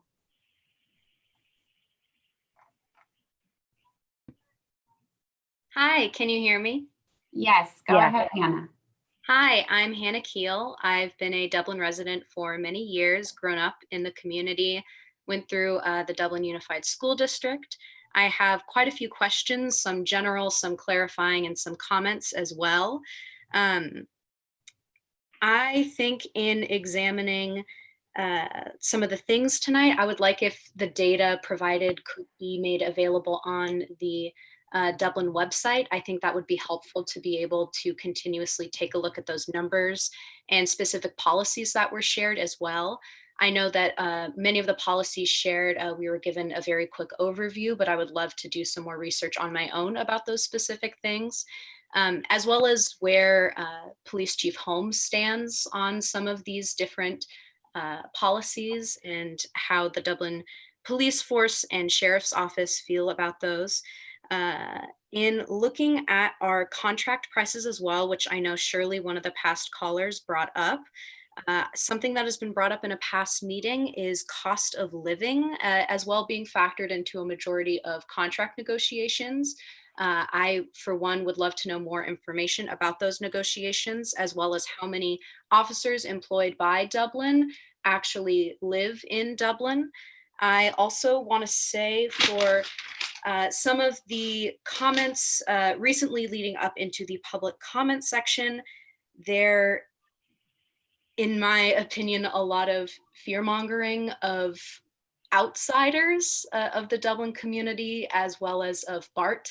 I'm assuming that that is the public transportation system that was referenced. I, for one, have been a BART rider for years. I love BART, and I would love to have more expanded public transportation systems. And as well as what Chief Holmes said about good data not being easily and readily available, I would love to see some of the 22% of funding allocated in Dublin's budget towards getting that good data readily available, as well as having currently there is a $5 cost for residents to have forms available to them.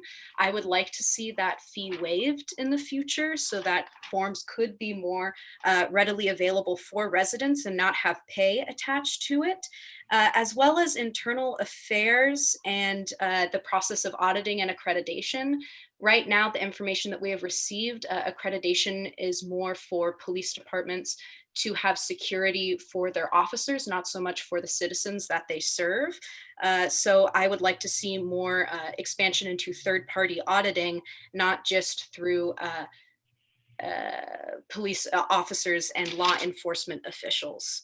So I think that comes to about my time. And thank you very much. It does. Thank you. Thank you very much.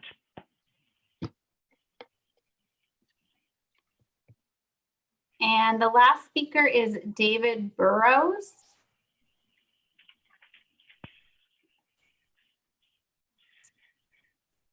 Oh, okay. David, I'm promoting you quickly to panelist. Great. Can you hear me okay? Yeah. Yes, we can. Oh, excellent. All right. You get a nice view of my closet. All right. Yeah. Good evening, City Council and Chief Holmes. Thanks for holding this session and overviewing this information.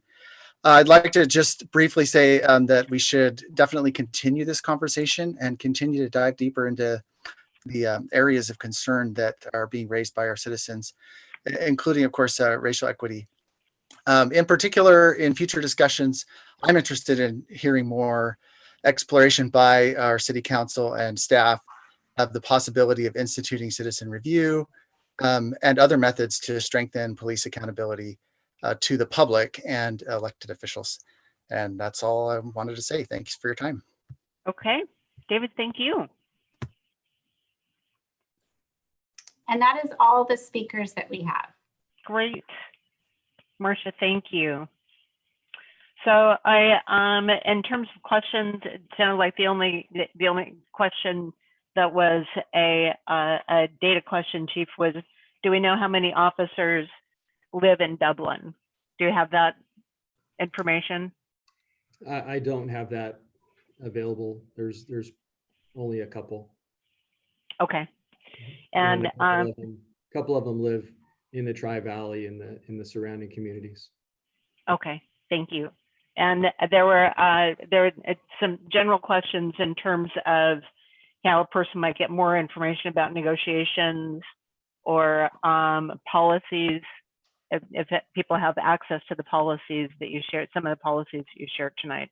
Yeah, so we're going to make available the policies they're already all online and on the Sheriff's Office website. And so what we're going to do is I'm going to work with the communications team, and we'll put a link on the Dublin Police Services page so that anybody who wants to access those policies can click on that.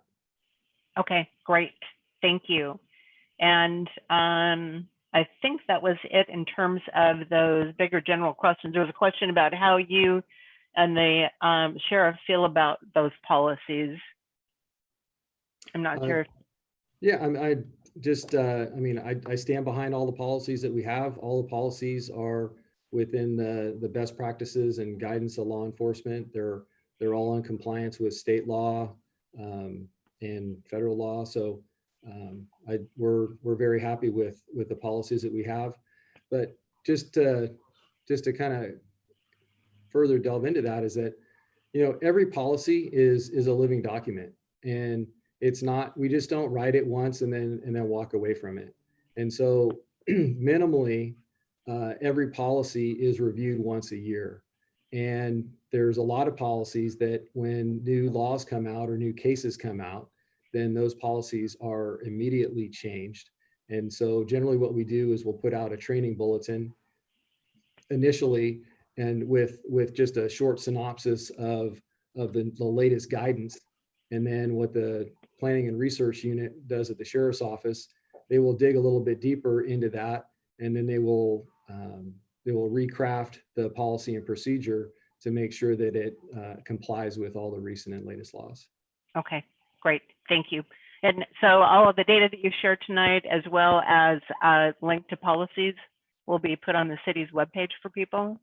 Yeah, we're gonna work on that and try to include a lot of those data points in the annual report that we're putting together. Great, thank you. So it's kind of time to kind of discuss in terms of what it is that you've heard. I know, again, it's a lot of information to process. Just some ideas about where you want to go from here with this. I think now is the time to just brainstorm, share ideas. David, you had opened the conversation and said, really, you had questions that were also ideas, and get the community involved, and how do we be more transparent with our data. But where is it that what ideas do you have? We don't have to commit to anything right now, but what ideas do you have? So I'm thinking that maybe more monthly or quarterly, maybe quarterly if that's what they're already doing, crunching the data, coming together to comply with our accreditation, I believe is what I heard. Maybe at that time we could have a quarterly release of data instead of annually. It's a thought.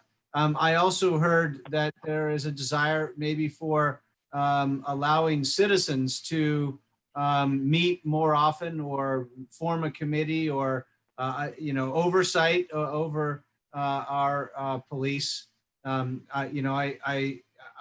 guess I would ask, have we seen that be successful elsewhere? I'm interested to hear more, but I also know that that's a solution maybe that would be discussed more broadly. We're not going to come up with all the answers here in Dublin.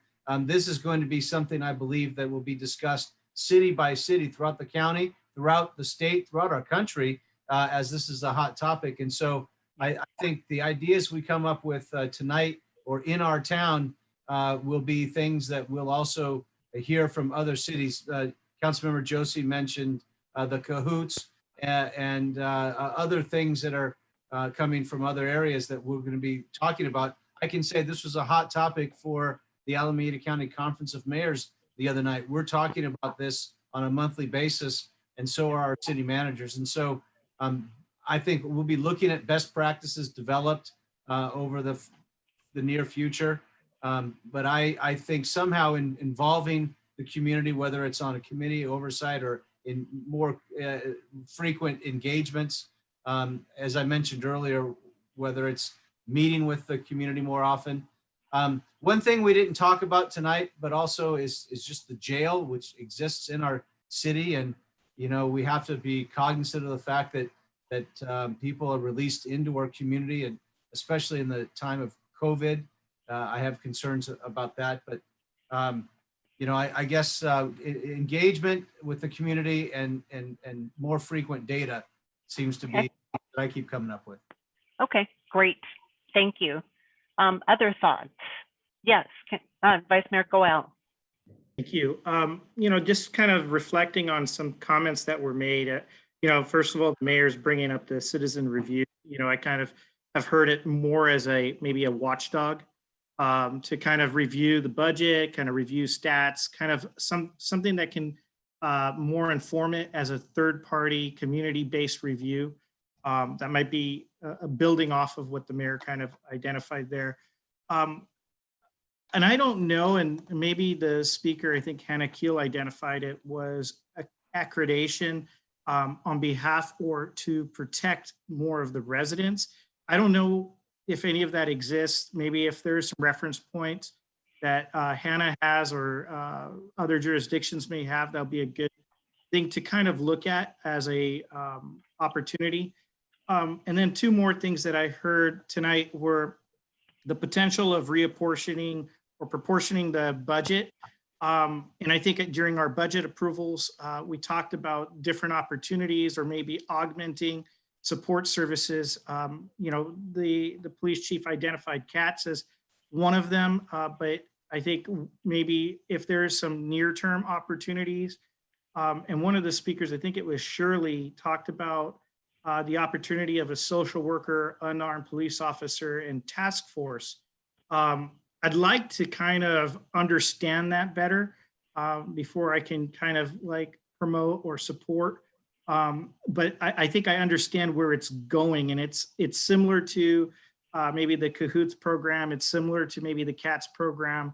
But the question of the unarmed officer, and I think it kind of surrounds that point of intimidation of an individual when they may be down, and the opportunity to de-escalate. Obviously without putting our staff at risk, obviously. So that would be just kind of my follow-up to piggyback on the mayor. Okay, great. Thank you. Other thoughts? Just to reiterate everything that the mayor already had said as well, and the fact that we have communicated about having a citizens advisory board to the chief. And I believe that the chief did say, at our last, a couple meetings ago, was that he would be bringing a report on a yearly basis. And I don't think that he had any beefs about having a community citizens advisory board. That he would actually probably also sit with these individuals as well and kind of answer their questions. So okay. I think we've kind of covered it all, and we've talked about it a couple times already in some of our meetings as well. Okay. Thank you. Could I just add on just a moment on that? Because I know Councilmember Hernandez raised that. I know that other cities, in particular, Chief, correct me if I'm wrong, City of San Leandro has a community advisory panel that works with the chief. Was it Walnut Creek also has one of these as well. It's really, to make sure that the community is represented in a conversation about what's going on in the community. And I think Chief and I have talked about that as something that he would be willing to work with the community on an ongoing basis and trying to get that feedback and better understanding what's happening in the community that perhaps they're not seeing more directly. So I don't know, the Chief, if you want to speak to that more specifically. Could I specifically ask, could we perhaps allow for our Health and Human Services Commission, maybe not exactly on point with the topic, but somewhat related, could we ask the Health and Human Services Commission that we already have in place to perform that function? Would that be an idea? I'm going to go ahead and let the chief respond to the first question, and then we'll move on to that question. Mayor. No, I just what the city manager talked about. There is a couple other communities that have advisory boards that meet on either a monthly or quarterly basis, and it's just a good sounding board to get feedback in regards to our service to the community.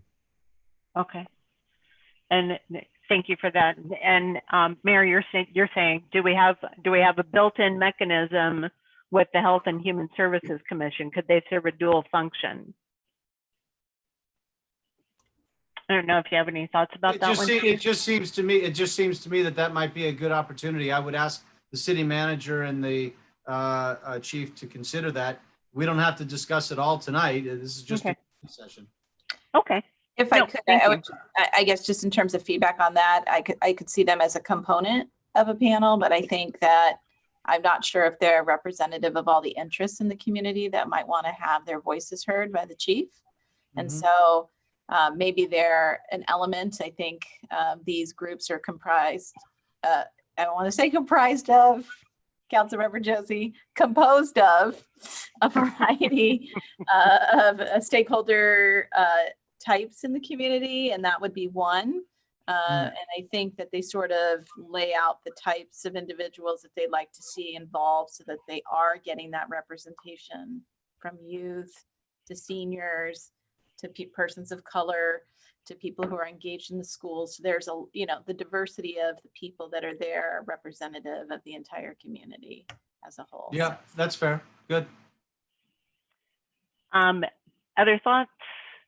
Councilmember Kumagai? Yeah, I have a number of thoughts. Well, first of all, thank you, Chief Holmes, for engaging with the community, not only tonight, but in past meetings, to have very tough conversations. I know this is a kind of a inflection point within the policing community, and I appreciate you for engaging in that kind of self-reflection. I wanted to just point out that, we were contacted by a number of community members talking about a number of pledges and a number of kind of initiatives. There's the 8 Can't Wait, there was the Grassroots Law Project, and then there was the Obama Mayor's Pledge.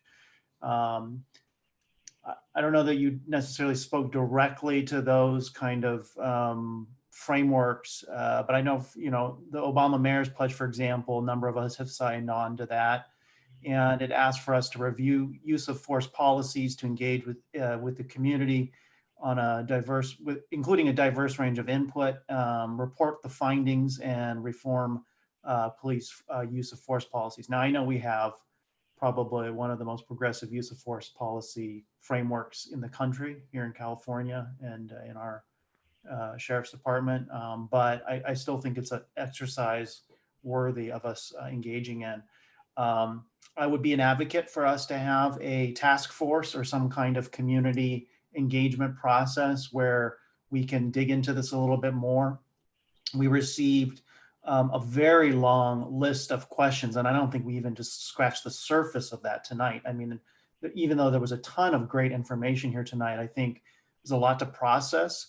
What I will say is that the themes that I was seeing in those questions were around a lot of questions around what the training is. And, we kind of touched on that, but I think they'll want to dig a little deeper by gauging by the questions that they had.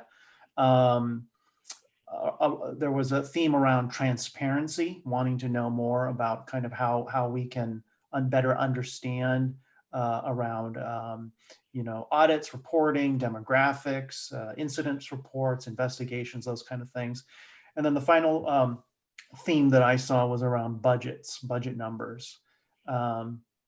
So I think that there's a lot of work to be done here. I still think there's a lot of questions to be answered. I would want that task force or, citizen body to come back with some recommendations for us to consider.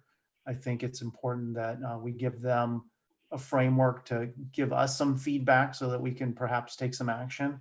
I do want to be very clear. I think that we probably, and I don't know if maybe staff or if Mr. Bacher wants to weigh in here, we're a contract city, so we don't have civilian oversight over a duly elected sheriff's office, right? So we're customer. We can obviously provide feedback, but we do not have civilian oversight of the sheriff. Is that correct?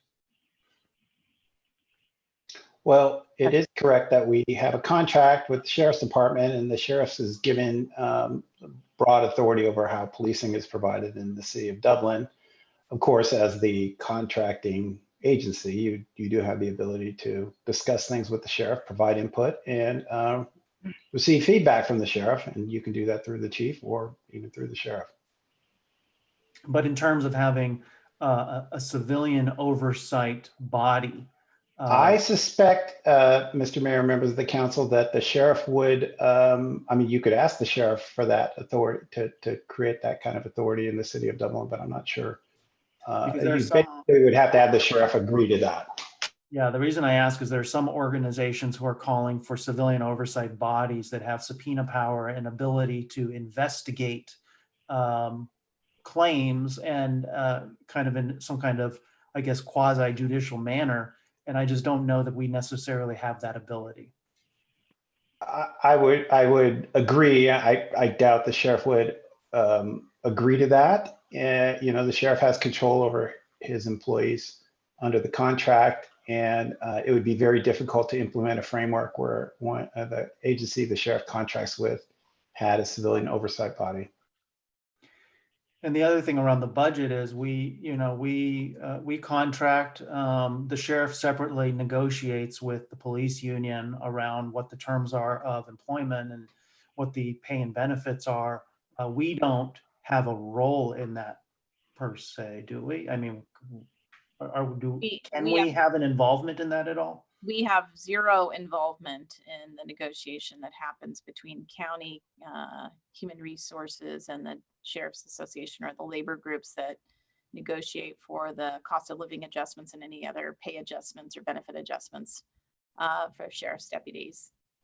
We operate a pay as you go sort of contract with them. So whatever the negotiated rates are, we get an opportunity to look at them. And if any time the city council is not interested in continuing to pay those rates of service, we have the ability to terminate our relationship with the sheriff's office. We've given ourselves in the latest contract an 18-month runway to do something like that, because anything less than that would be infeasible for us to try and do. We've entered into these long-term agreements and have had this relationship since the incorporation of the city, because we feel that not only is it a better service for our community, but we feel that it is cost effective and we don't carry those liabilities for those officers over the long term in terms of their retirement benefit liabilities. Okay. So thank you for that. So Councilmember Kumagai, I just want to clarify that what you're talking about with regard to community engagement is a different committee or a different task force than a civilian advisory or review or oversight. Is that true? Yeah, well, this is just my opinion. I think what we need to do first, we need to have a task force where we engage in a kind of a deeper format with the community around the questions that they have along these three themes, and then have them put forward a recommendation. And if one of their recommendations is to establish a standing committee or commission within the city of Dublin, then we can consider that at that point. I just don't know exactly what that looks like, or if that's what's needed here. Okay, thank you. I just wanted clarification. Councilmember Josie, were you going to say something? I was going to ask a couple of questions. I mean, Councilman Kumagai brought up the questions that that were submitted by the public, and I think that we've touched on some of them, but there's quite a few of them that I think we could actually get some answers on tonight that we haven't actually dealt with, that might make the community members they would just get the answers to their questions. And a couple of them I think would be fairly easy. So if you don't mind, I'd like to ask a couple of those. One is about police vehicles. Why is it that we need brand new F-150s, for example? And I think that's a question that we could probably pretty easily answer, because I know I asked that question once before. Why do we need to replace vehicles when they hit 75,000 miles, for example, when the rest of us drive our cars into the ground? And I'm pretty satisfied with the answer that I was given when I asked that question at budget time. So maybe, I'm not sure whether Linda, you want to take that, or Chief Holmes, you want to take that? Well, first I'll have Colleen take it as it relates to our vehicle replacement policy, and then Chief Holmes can speak to the utilization of that vehicle and its purpose. Sure, thanks, Linda. So we treat vehicle replacement much like we treat any other asset replacement. Once we purchase it, we put it on a replacement schedule where over the life of the asset, we're setting aside money that we can use after X number of years to replace the item. And that way our costs aren't doing this, so they stay rather steady. Is that what you were looking for, Linda? It is. I think perhaps Councilmember Josie thinks we're doing it too frequently given the utilization of the vehicles, but I don't actually. I did when I first read the budget. I don't believe that to be the case anymore. When I first looked at why are we replacing this police car when it only has 75,000 miles on it, and I asked you that question, you had a very good answer for me. Maybe you don't remember the answer. If you'd like me to give the answer as well as the question, I'm happy to do that. But I think you guys are pretty capable of answering that question on your own. Yeah, so let me take a stab at it. So the vehicles, although they may only have 75,000 miles on them, it's a pretty hard 75,000 miles. And then if you had an hour meter on there, the amount of hours that engine is running, and then usually by the time that the lifespan of that vehicle, they're running out of warranty. And once they run out of warranty, then they get very expensive to repair.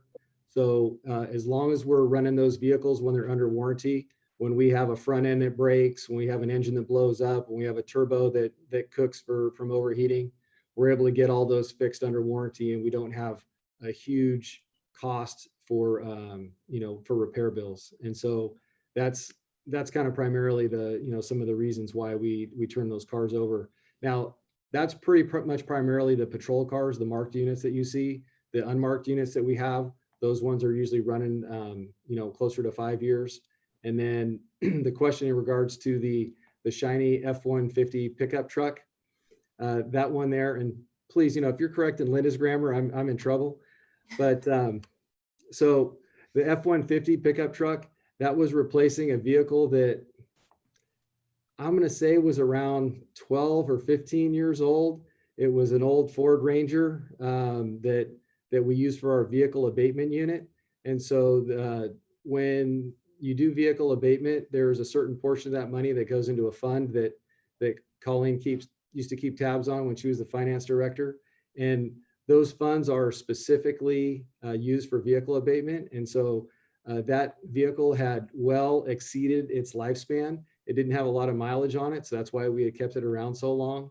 But it was kind of the ugly duckling of the fleet, and it was about time to replace that. And we wanted to replace that vehicle with a pickup truck because that kind of gives us the ability for our traffic unit to tow trailers and also set up DUI checkpoints and use the bed of that truck for some other services that we need.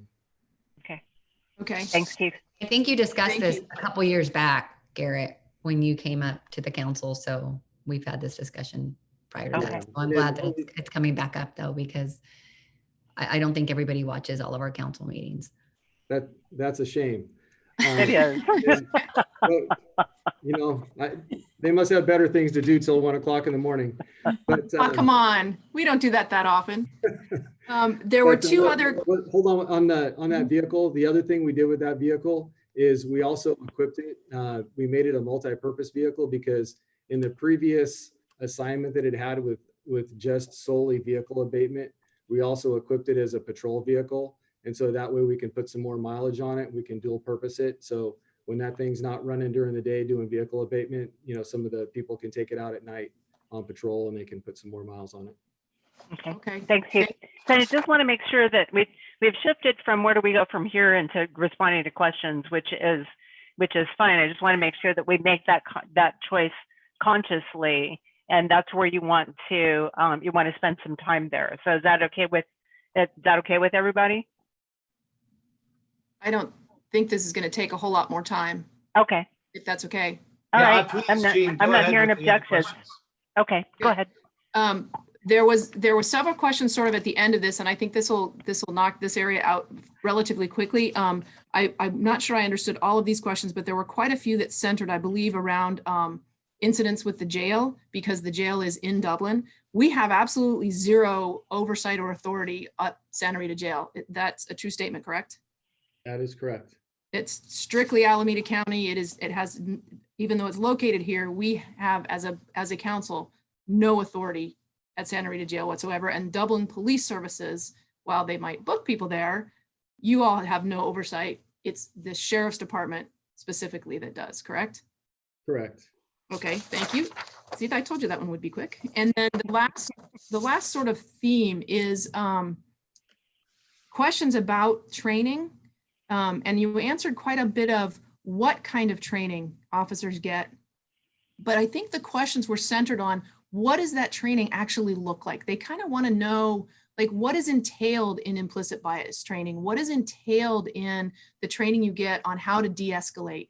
So instead of just sort of listing, we get de-escalation training, we get implicit bias training, we get how to deal with a mental health crisis training. Can you spend, and you could probably spend hours on this, but could you spend just maybe 2 or 3 minutes telling us a little bit about what does that training look like?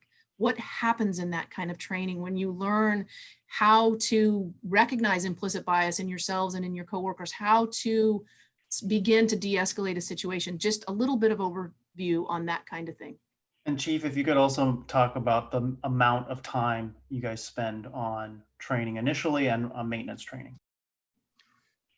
So the initial academy is over 1,000 hours, and I don't have the specific breakdown of how many hours are spent on those particular areas in front of me tonight, but those are all available to us. Then as we go to ongoing training, there's certain topics that have to be covered every 2 years. There's other topics that have to be covered every 5 years. Now, one of the things that we can take a look at is that even though that you contract services with the sheriff's office for police services, and we receive all of the mandated training through the sheriff's office, you can always request that the men and women that are assigned to Dublin Police Services require additional training. And so it's not only going to be the training personnel from the sheriff's office that has gone to a train the trainer course on de-escalation, implicit bias, racial profiling, and then come out and then teach that curriculum. And all of that curriculum that is being taught is all being approved by police officer standards and training up in Sacramento. And so it's the sheriff's office doesn't get to come up with a course outline. That course outline has to be created, and then it has to be sent to post, and they have to vet that to make sure that it meets all the criteria and hits all the topics that they're looking for. So years ago, we had some additional training for our officers in Dublin.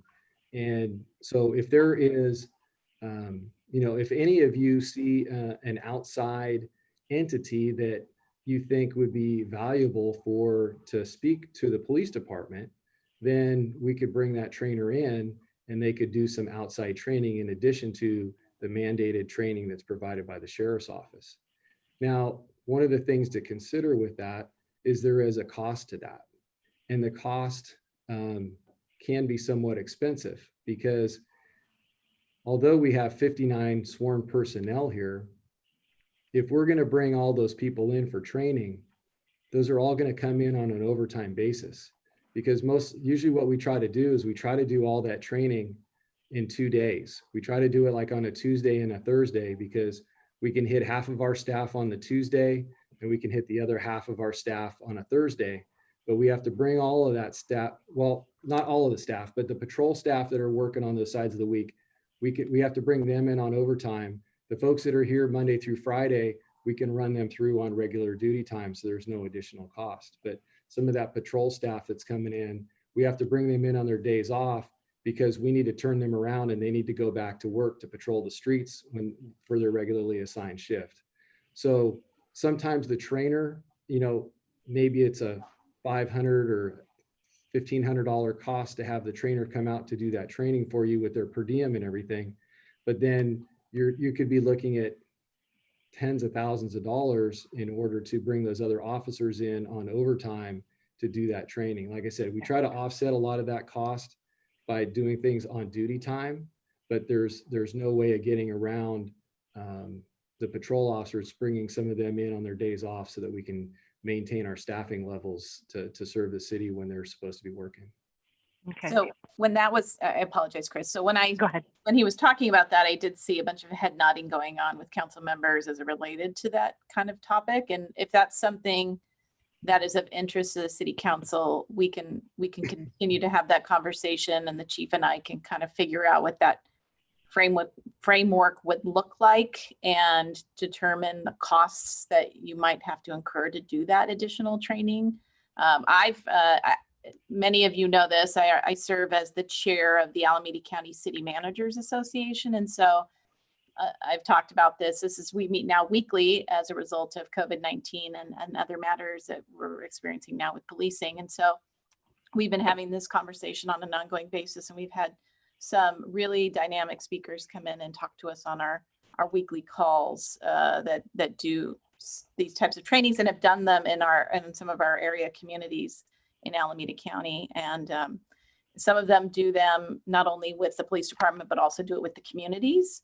So there's opportunities for the communities to come in and hear from some training people who are in the profession or work with people in the profession or are in the business of trying to help move the profession forward in a more progressive manner. And so those are options that we can talk about as well. And I can work with the chief on that if that's of interest to this group. Great. Thank you. That was great information, but it didn't quite answer my question, which was, what is the training actually like? The training that everybody does go through. And if we don't want to spend a lot of time on that tonight, how would members of the community get more information on what does the implicit bias training look like? What does the de-escalation training look like? Like, what is actually in that training? And I know that, certainly there's an interest in not giving the public a wider view of what police training really looks like in, many cases, but how would members of the community find out really what kind of implicit bias training you're going through? What kind of, what is the breadth of that training that you do get? What does it look like? So Chief, is there one of the things, I could have answered that question really good for you, but because I was scheduled for that training about 2 weeks ago, and it actually fell on the day I think that we had our protest in town, and so I canceled out of the training in order to work with the protest. But so I haven't had the latest training, so it's been a couple years, but I'd be more than happy to to take a look at that curriculum, and then I can bring that information back to you. Great, thank you. Thanks for asking those questions. So as we start to wind this down, we talked about in terms of ideas for next steps. There is the idea of having a task force or some kind of community engagement. There is the idea of having some kind of a civilian review, oversight, or advisory board, which it sounds like you've discussed before. The more frequent data delivery to the council, and there's also this idea of having an unarmed officer or a social worker available for mental health calls. So what are your thoughts in terms of the next steps? Where do we go from here? I think that we have good consensus on at least allowing our community a certain time-bounded task force to look into things. This is what Councilmember Kumagai mentioned, and I thought I saw some head nods, and that would allow them to digest this material that was discussed tonight, would allow them to meet with the community. I see the wisdom now. Ms. Smith mentioned that Health and Human Services Commission isn't quite the right configuration, so let's create it and maybe make it be a committee that meets for a certain period of time, a couple of months maybe, and comes back and reports to the council. I think that's a good first step without going too far, but gets us pretty broad and useful information. I thought I saw a lot of head nods. That would be, they could discuss the frequency of data and that kind of thing. But it seems to me that I saw a lot of head nods for that. If they then said that an ongoing commission would be wise, then we can look at that. If they came with the recommendation that additional outside training was cost effective, they could make that recommendation. So I think we're headed towards, just throw it out there, creating a task force that would meet over a period of time call it 3 months or 6 months, whatever, come back to us with recommendations. And I think I saw a lot of head nods for that. Okay, great. Let's check it out. Thank you, Mayor. Mr. Mayor, Other can I ask thoughts on that one? about that? A quick question on that. How do we typically put together the participants for something like that? We did when we had the retail task force. This was a few years ago, and Ms. Smith can maybe explain a little bit more, but I think each council member had a couple of nominations to that group. That was just one way that we did that, but we could solicit applications and discuss that as a council. I think the main thing is that we would have it be very sort of broad based that would cover a wide, seniors, people of color, organizations that are interested in this, that we would have enough people to make it meaningful and representative of the community. Okay, and thank you. Councilmember Josie? Yeah, I think the task force isn't a bad idea, but I'm hesitant to impanel one if we don't have a very clear mission for them.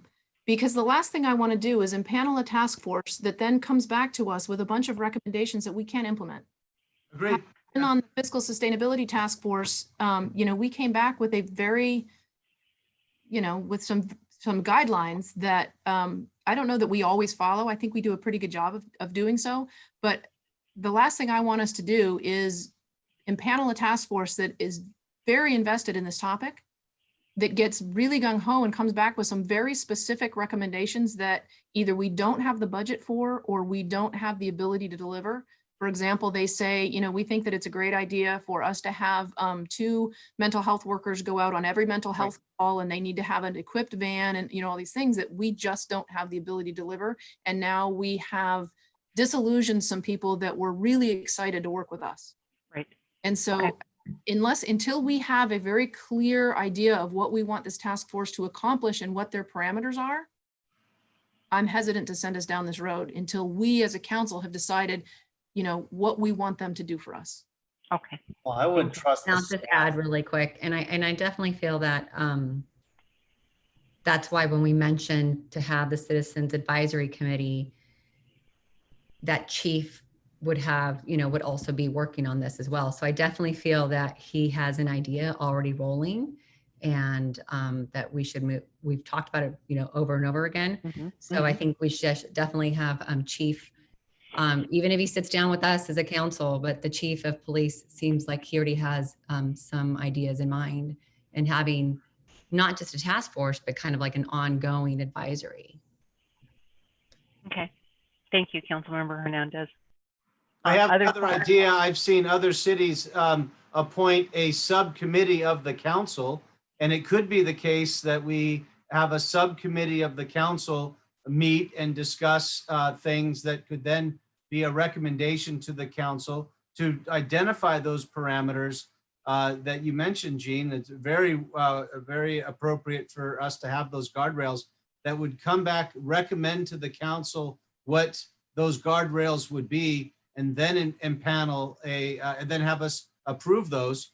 And it's just a way to not have the full council have to, too many cooks spoil the soup, so to speak. Have a subcommittee go off and do that, bring it back to the council, and then agree as a council before we impanel. I've seen other cities do that as well. So it's just. Okay. Thanks, Mayor. And I would be happy to volunteer for that subcommittee if we decide to do that. Okay. Vice Mayor Goel, did you have anything you wanted to add in terms of your thoughts with regard to a task force or a citizen oversight committee? I think Councilmember Josie kind of hit on a good point. We've got to provide a framework. And I think the city manager, Linda, and the police chief can most probably give us some recommendations as far as framework, allow us to kind of review that before potentially soliciting how to fill in that task force.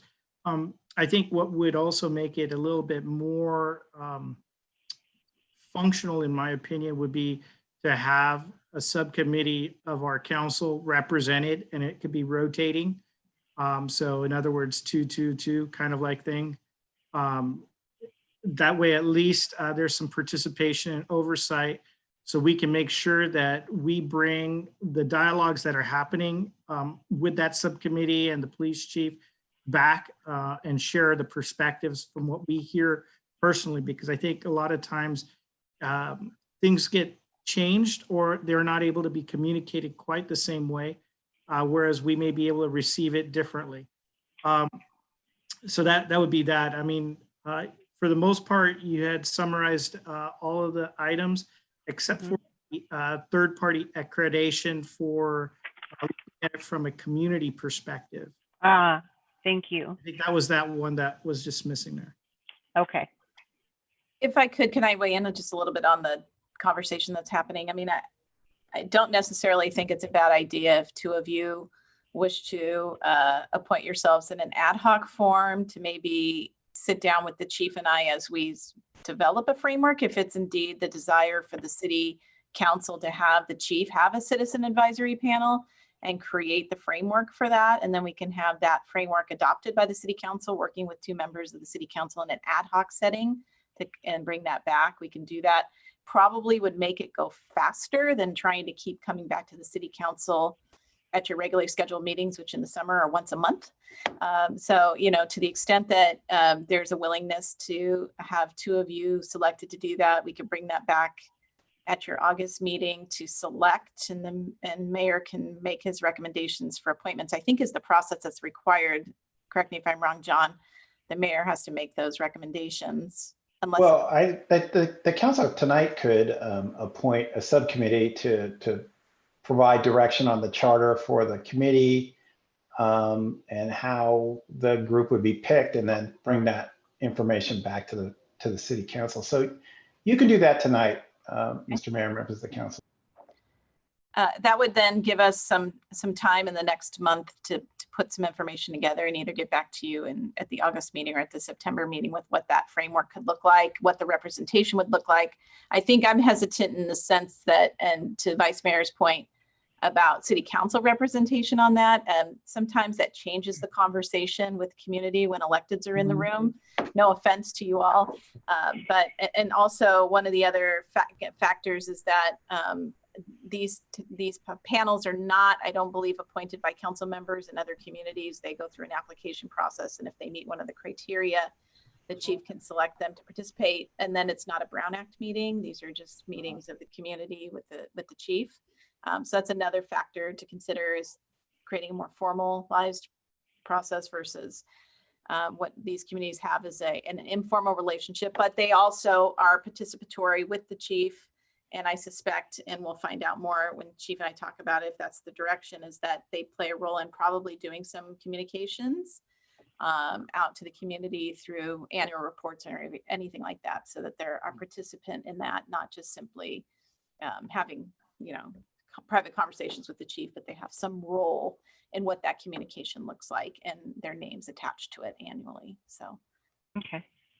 Great. Mr. Mayor, I'm sorry, Mr. Mayor, members of the council, I heard kind of two different things about citizen involvement. One was the Chiefs Advisory Committee, which would be an ongoing sort of permanent kind of setup, versus I think the mayor mentioned, and a couple of other council members seem to chime in on, the idea of having an ad hoc task force that would come up with some recommendations that the council would then enact and have those recommendations become permanent. So I think whatever you do, by the end of this meeting, you need to give staff some final direction on which way you're headed. I think the idea was a task force first, and then that might come with the recommendation of a chief's advisory council. Maybe, maybe not.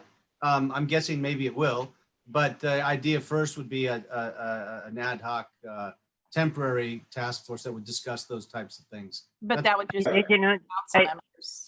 two council members. Well, I support the idea of having two council members or two members be appointed to work with you to come up with kind of guardrails and kind of a charter for a task force, so that it's it's a little more defined going into it, and we approve that definition. But I also definitely feel that, you know, what Linda said was, once the committees form, if that's the direction we go into, is we want to make sure that our residents feel comfortable and they feel open and making sure that they're having that one-on-one communication with the chief and whoever else he brings in. So I think that's definitely something we need to look at. We can also look at training. I know I don't want to discount the fact that you guys seem to head nod around the issue of additional training for Dublin officers, and we can certainly look into that and talk more with the ad hoc committee about that and make a recommendation back to the council whether or not you want to see supplemental training going on for the officers of Dublin. Mayor, Also on the if I may- council that would want to do that. Mayor, if I may, not to point out the obvious, but you're term limited. And I think that if there's going to be an ad hoc committee, maybe you're not the right one to be on it, given that this is liable to extend longer than your term. Yeah, I don't know. I think we're talking about a month or two of a task force that would then make a recommendation to the council by, I think Ms. Smith said September maybe. But either way, I'm fine. I agree. This topic is going to be something that lives on for a long time. But the initial the initial subcommittee to set forth the task force, I hope we should have done very, very quickly. And so just to be clear about what we're saying, I think a subcommittee of 2 members of the council to identify, in your term, the guardrails so that we don't impanel people needlessly. Impaneling them later, I agree, would be something that would outlive.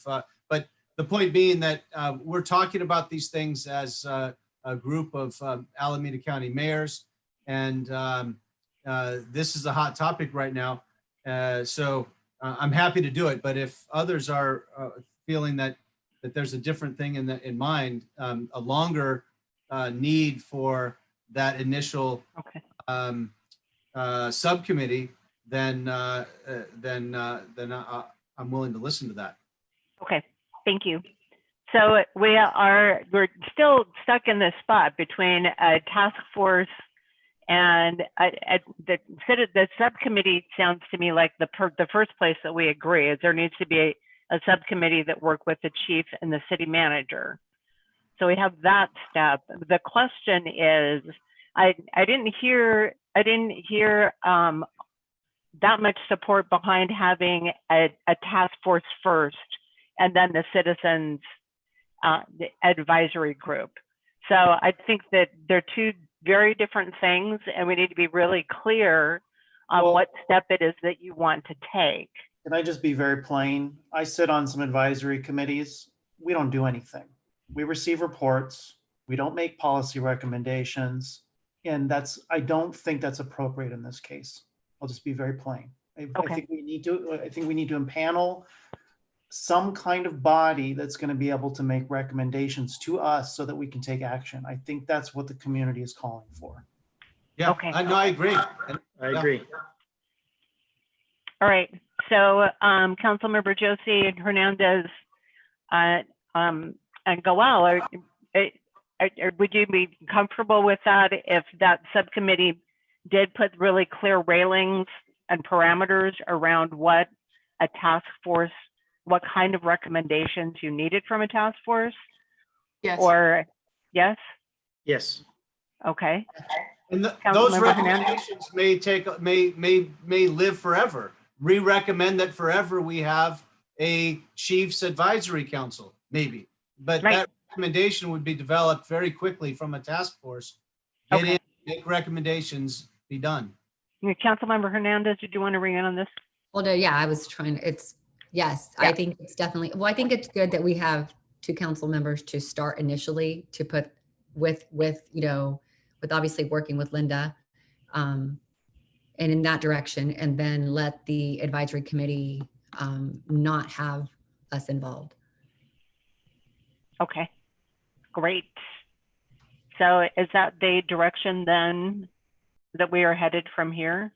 So the city attorney was indicating that we could make that appointment tonight, those 2 members. I mean, I'd Okay. like to leave with direction on that specifically, if that's the case. Okay, great. Yeah, that's correct. You could go ahead and make an appointment. I think it's germane to the topic tonight. And the sole task that the committee would have would be to help the city manager craft some recommendations for a future meeting where the council would make a decision about the form that the ad hoc committee or the I guess panel would take. Okay. Great. We'd say to come back by August or September would be the time frame. Would be my hope. We want to take action. Let's shoot for September. Knowing how difficult it is sometimes to get everybody together, even on Zoom, it's difficult. So, and what is the appointment? Do you have a formal appointment process? Do you I think people can volunteer here if they like that. I'm fine with if the mayor wanted to be on it, since he won't, it's his last rodeo here in Dublin, and since you have a little bit of experience on it from the mayor, so I'm fine if you wanted to be on there, Mayor. Okay. And Councilmember Josie, I saw you. Are you volunteering or? Okay. Anyone else want to volunteer so we can? Does anybody else? We were deciding on 2 council members. Right. I saw another hand. I saw another hand go up. I would volunteer. I'm not gonna, fight over it, but I'd be interested as well. So I would support the mayor and Councilmember Josie. I do too, because I could probably speak to Garrett every day. Just joking. No, I support Jean and Mayor Halper.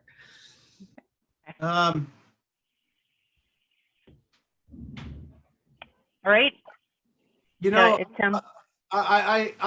Sean, how strongly do you feel about being part of the subcommittee versus weighing in on the recommendations from the subcommittee and ongoing with regard to the implementation of a task force?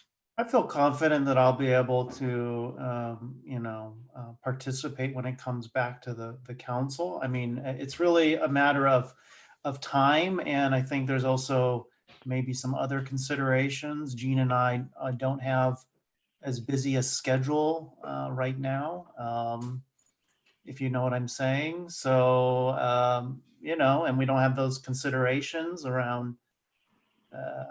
So that's my only thinking. Yeah, no, I see the wisdom in that. And so first of all, I want to say I'm grateful that everyone would put that faith in me. But I do also see the wisdom in the fact that it's going to come back to us, and we'll have all of us the opportunity to weigh in. And given your desire and Councilmember Josie's desire, if it's okay with the rest, that having both of you, I will weigh in when it comes back to us. I will weigh in with the knowledge of what other cities are doing through my exposure to the Mayor's Council. But I'm okay with the 2 of you being on that subcommittee, knowing that it should come back to us in September. I'll have all the input in what a task force might look like at that point. Would others agree to that? Yeah, I think we can just go ahead and move forward. I'm supportive of that. Yeah. Okay, great. A subcommittee of Kumagai and Josie to come back into September after working with Ms. Smith and Chief Holmes to make recommendations on what a task force might look like in the guardrails of what that task force would be in charge with, so we don't impanel somebody that doesn't have good guardrails. And then at that point, we would then convene a task force, it feels like, and go from there. At that point, it lives on from there. Okay, great. Thank you for that. Monumental accomplishment, everybody. We had a long discussion today, and for us to arrive at that point, I think it might sound insignificant, but I think that's a big step in the right direction. I'm proud of us doing that tonight. Well, nicely done. You have to be exhausted. It's been 2 hours and 45 minutes, I think. So you have to be ready for a break. Short meeting. And I really appreciate you letting me horn in on your meeting and the fact that you have something tangible that you're walking away with. So I'm not sure what it is that we need to do in terms of next steps to close out the meeting. For us, it's, I think this item, and I don't believe we have any, I don't have the agenda open in front of me. I don't know if the mayor has it open in front of him or Marcia. Is there anything else on the agenda other than adjournment? No, there is no other topics. Okay, Yeah, great. no, without reiterating, we had a great meeting. I want to thank, obviously, the members of the public. And I do acknowledge that we did spend a lot of time on a presentation. Many of those slides we had seen already before. It was a great refresher from the chief. I do also think we took a little extra time to make sure we answered those questions, but my spidey senses tell me that I'm sure people are still wanting to ask and get more answers that maybe we didn't have time to tonight, which is why I think the process of a subcommittee and a task force is a good thing.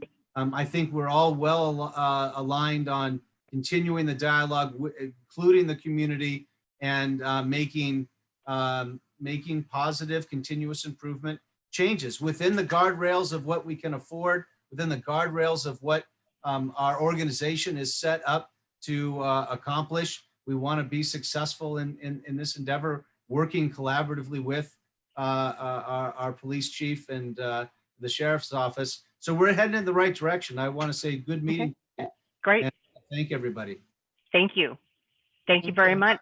So I'm going to say, you know what, Chris, I'm sorry, why don't you summarize, but does anybody else care to add in a comment or two before I want to have my colleagues. I see Councilmember raising his hand.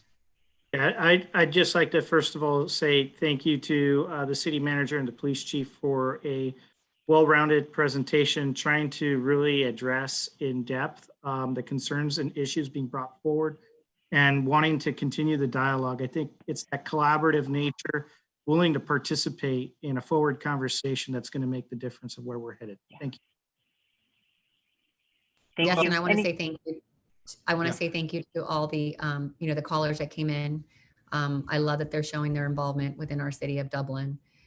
So I think it really just, shows how much our community does care, but also to Chief and Nate and Linda for always making sure that you address any of our needs at the council level. thank you. Anyone else? I'm going to say very nicely done. Thank you very much for your time, and I hope you have a wonderful rest of the evening. Thank you, Chris. Take care and be safe. Bye-bye. Bye-bye. Bye-bye. Thank you, everyone.